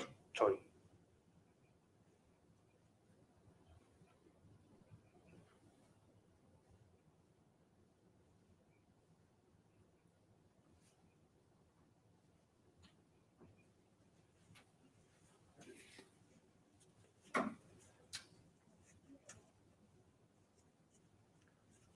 Dr. Choi, thank you so much. Thank you very much for make the academia closer to the cybercrime investigators. On behalf of the community of Police Forces of America, Maripol, and all of the teams who were committed with this event and with the training before coming here, we grant you in gratitude for your leadership and support for making this continent a place, a cyber safe place. Congratulations.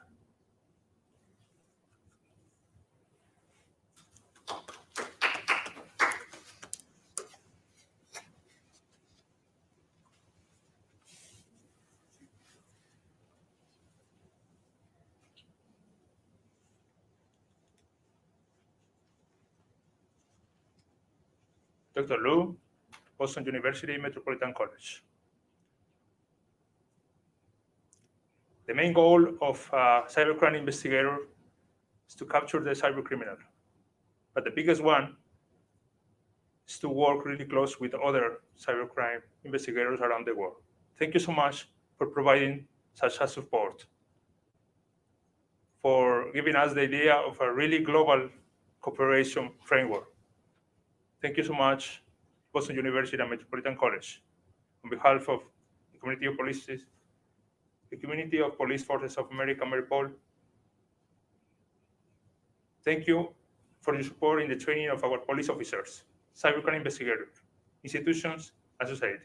Congratulations.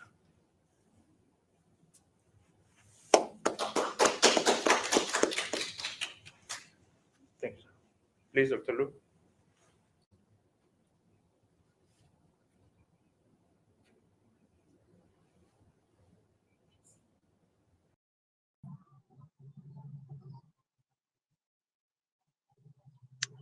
All right.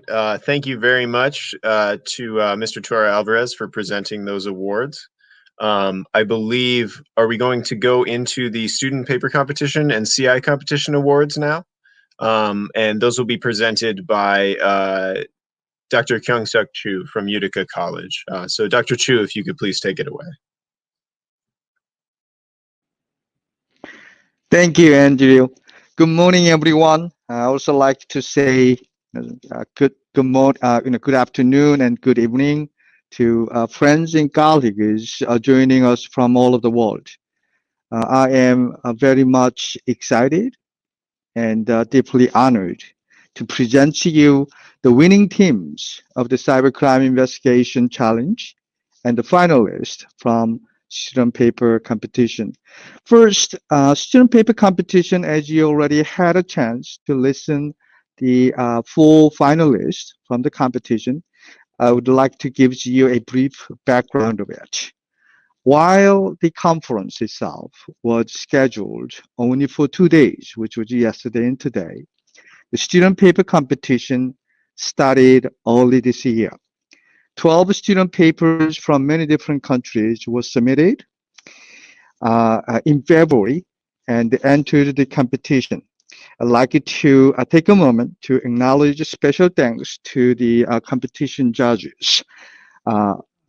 Dr. Jae-young Choi, assistant professor, Angelo State University, and who is also a guest editor of the International Journal of Cybercrime and Investigation, and Professor Brandon Andulis at the University of Tampa, and Nathan Chris, the professor at Penn State University at Tula, and Richard Wentling, the professor at Penn State, New Kingston. Like the judges that I just mentioned, many were working behind the conference and who have devoted their time and effort to the conference. Without them, it would not be possible to have this wonderful and successful conference. Again, I'd like to express my sincere gratitude to those people who served and as one of three co-organizers of this conference. So let's find out who is the first place out of the four paper finalists.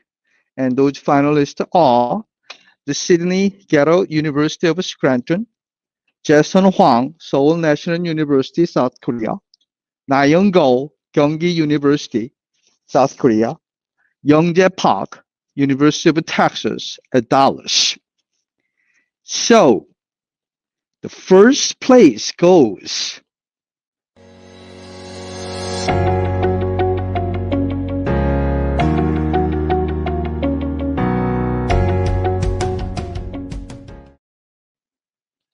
thank you.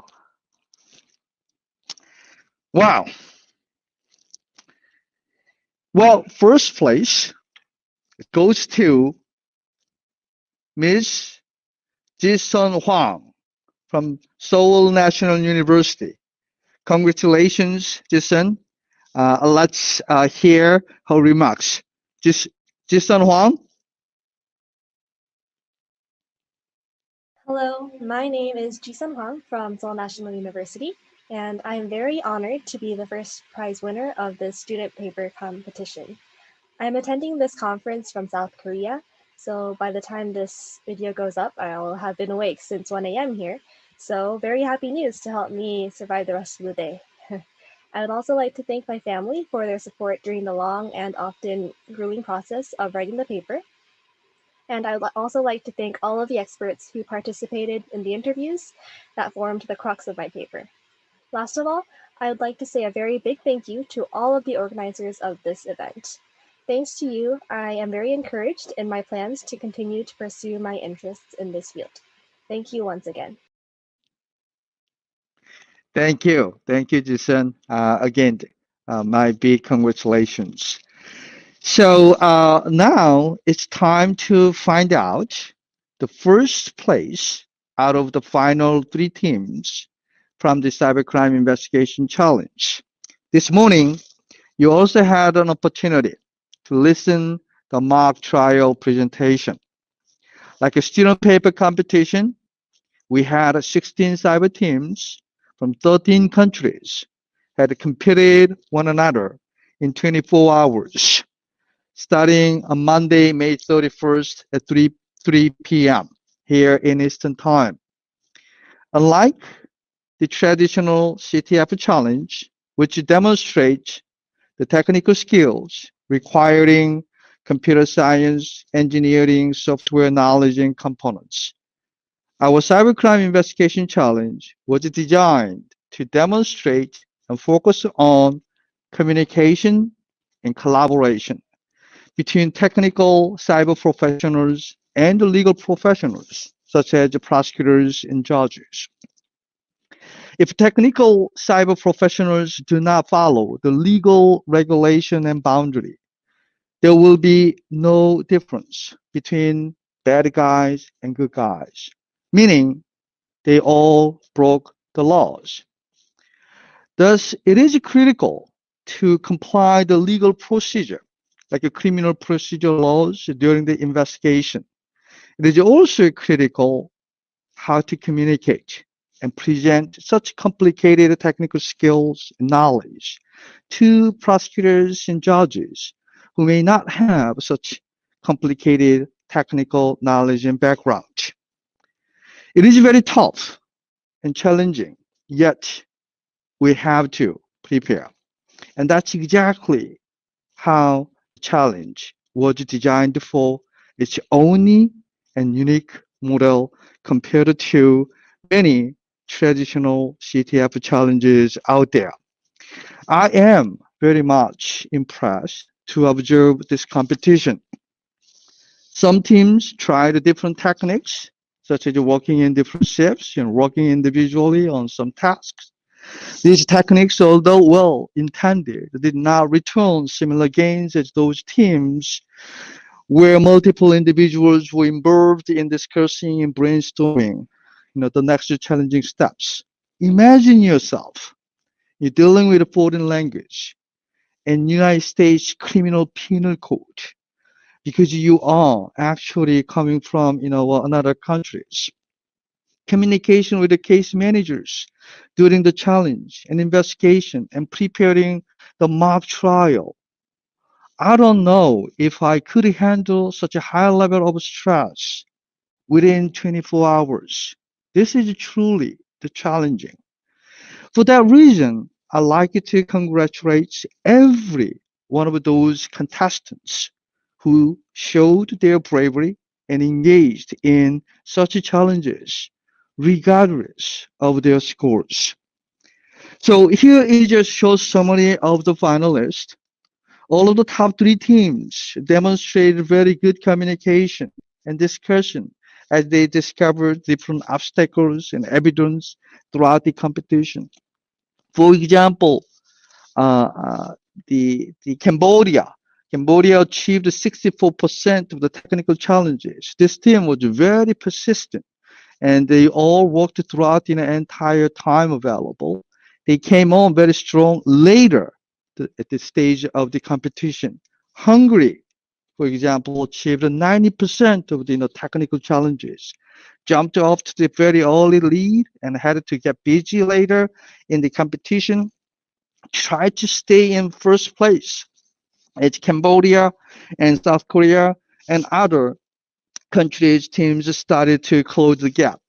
South Korea achieved 58% of the technical challenges. This team was another example of continuing to work hard in their efforts. Paid off as they steadily improved their standings throughout the end of the competition. But I also like to make a special note about one more team who was not the finalist of this competition and therefore was not able to present during the mock trial. Argentina, although they came in fourth in this portion of the competition, worked very hard, had excellent communication and teamwork, achieved about 50% of the technical challenge. So in summary, again, I was very impressed in every one of these teams. So after combining the three sections of the technical components, legal writing components, and mock trial, the first place of the cybercrime investigation competition goes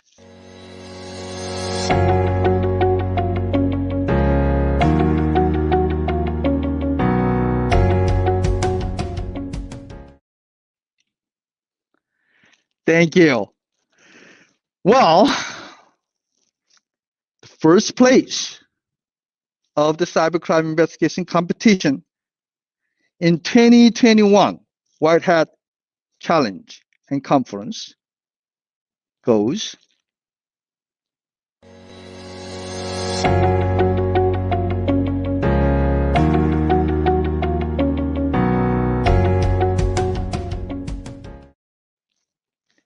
to Hungarian team. 50 Shades of the Gray Hats. Congratulations. Again, my big congratulations. Let's bring the team leaders or our entire team and hear their remarks.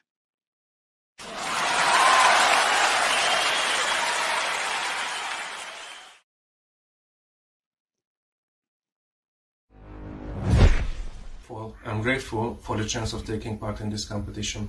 It was really exciting and challenging. I can tell I personally gained a lot of experience from it. I'd like to thank the excellent job my teammates made, who took on the challenge and really put the effort in it. And I also like to thank those people who prepared us for this competition and who were there for us until the finish line. I'd like to congratulate all the other teams as well, who also worked really hard. Thank you all. Hi, I am thrilled and honored to be here, to be invited to this competition. I'm not going to lie, this was a very intense 48 hours with as little sleep as possible because we wanted to uncover and discover as much evidences and clues as were possible, and also throughout the capture the flag part we wanted to discover as much flags as were needed. Therefore, we have learned so much throughout the whole competition. And we could also further improve our cybersecurity skill sets and hacking skill sets. We improved a lot. Also, it is because we spent quite some time preparing for this competition, like researching and exploring forensics and cybercrime investigation tools and learning about the US way of doing it. And I was mesmerized how real life this whole competition and this scenario was based on. And therefore we could get to know another field and get a little bit familiar with the US methodologies and best practices and cybercrime investigation methods. So this whole competition was a very, very positive experience for me, and I'm looking forward to compete here again. Thank you. Hi, my name is Mario and I represent the 50 Shades of Grey Hat team from Hungary and the National University of Public Service. This was my first ever cybersecurity competition, and in my life I have never worked in the field of cybercrime investigation before. This challenge was a very good introduction into both fields because the competition was very good and the different problems made us use and learn new technologies that we haven't even heard about before. For example, the autopsy program. 2 days ago, we started working together as 3 guys from completely different backgrounds, and right now I can say we really became a team in that 48 hours. We really put in the hours, and I think we achieved what we came here for.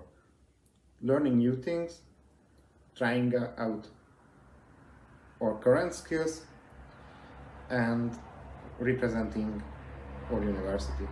Thank you very much. Thank you for the organizers, and I would like to thank the other teams for such a good competition also. Thank you very much and have a nice day.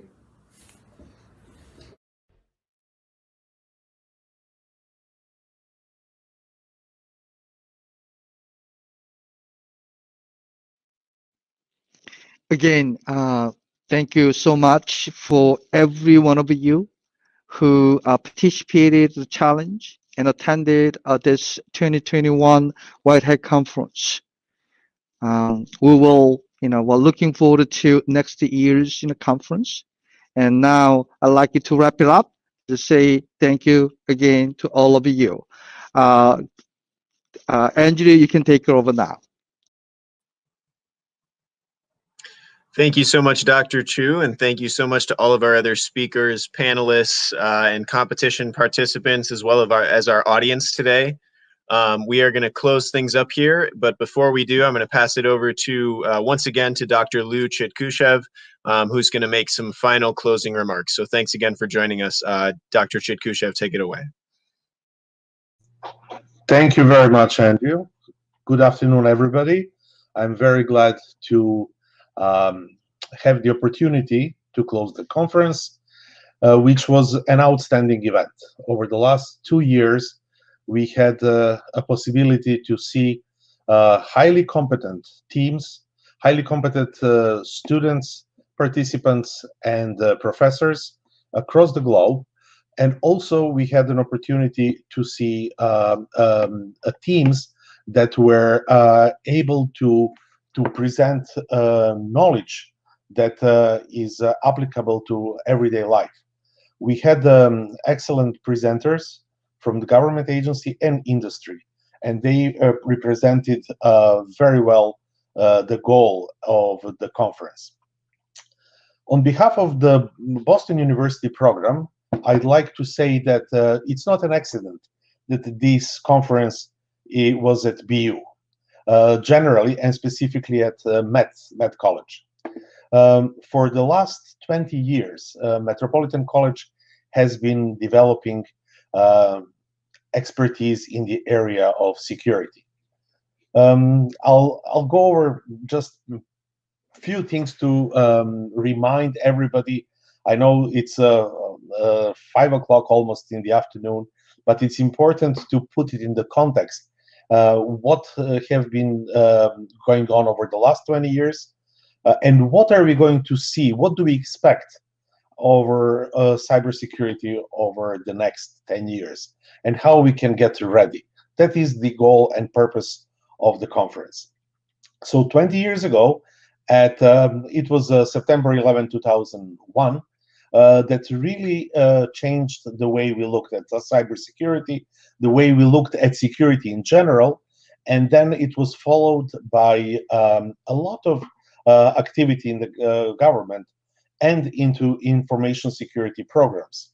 So we immediately at MET, we jumped on that opportunity, and in 2003, we certified the information security programs at Metropolitan Computer Science Department. In 2004, we had initiative across the Boston University, inter-college, including Metropolitan Computer Science Department at College of Arts and Sciences, Engineering, and the School of Management. And we really established the Risk Center, the Center for Reliable Information Systems and Cybersecurity. So this was in 2005. And then in parallel with that, it was again the Metropolitan College that launched in 2001 the first fully online Master of Science in Criminal Justice. And this has been a top-ranked program. It's currently number 2 ranked in the world, and has been number 4, the top 4 since 2015, since we have this ranking. So that is one important academic component.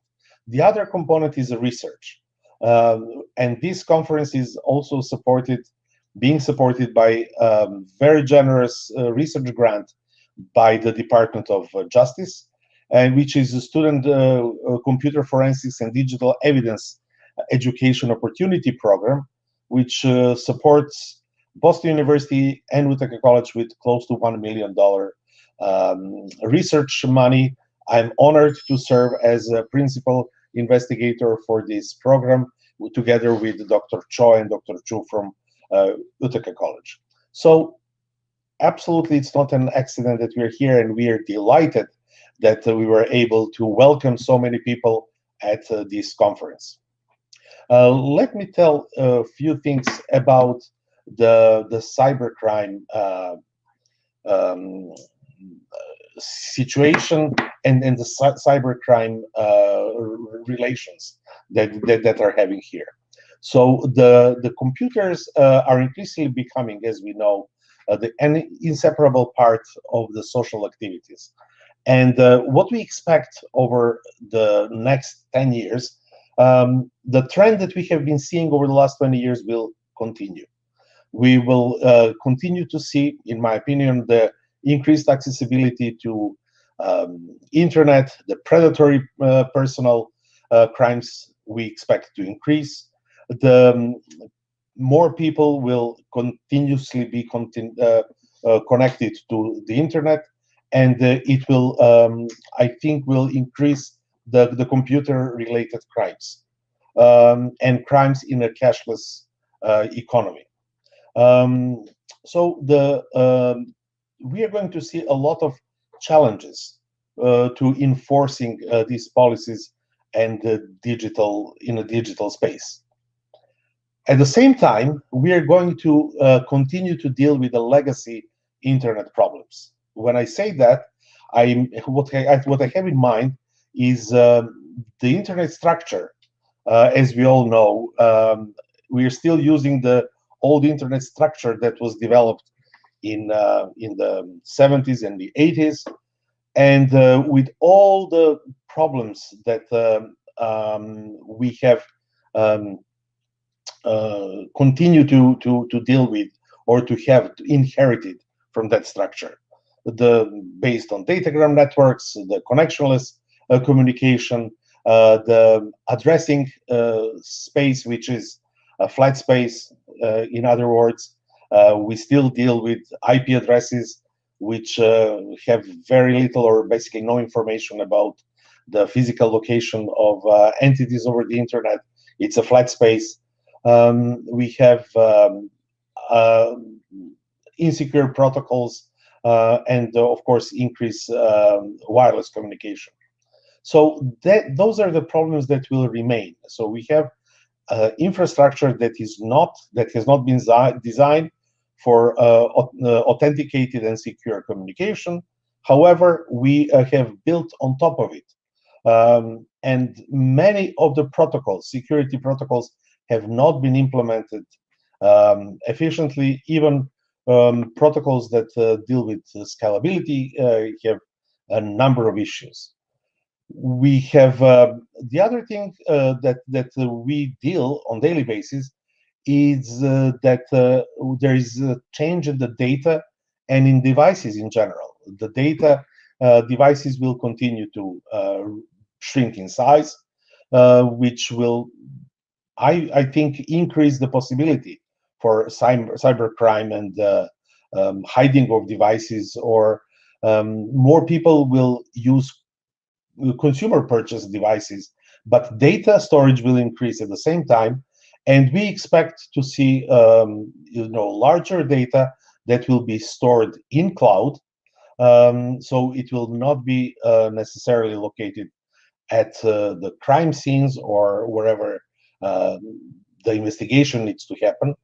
We will have a cloud storage, so securing networks the way we used to do it at the perimeters, and then providing that type of demilitarized zone approach to network security is completely outdated these days, especially what we are going to see in the future with software-defined networks and total flexibility of big data and cloud storage.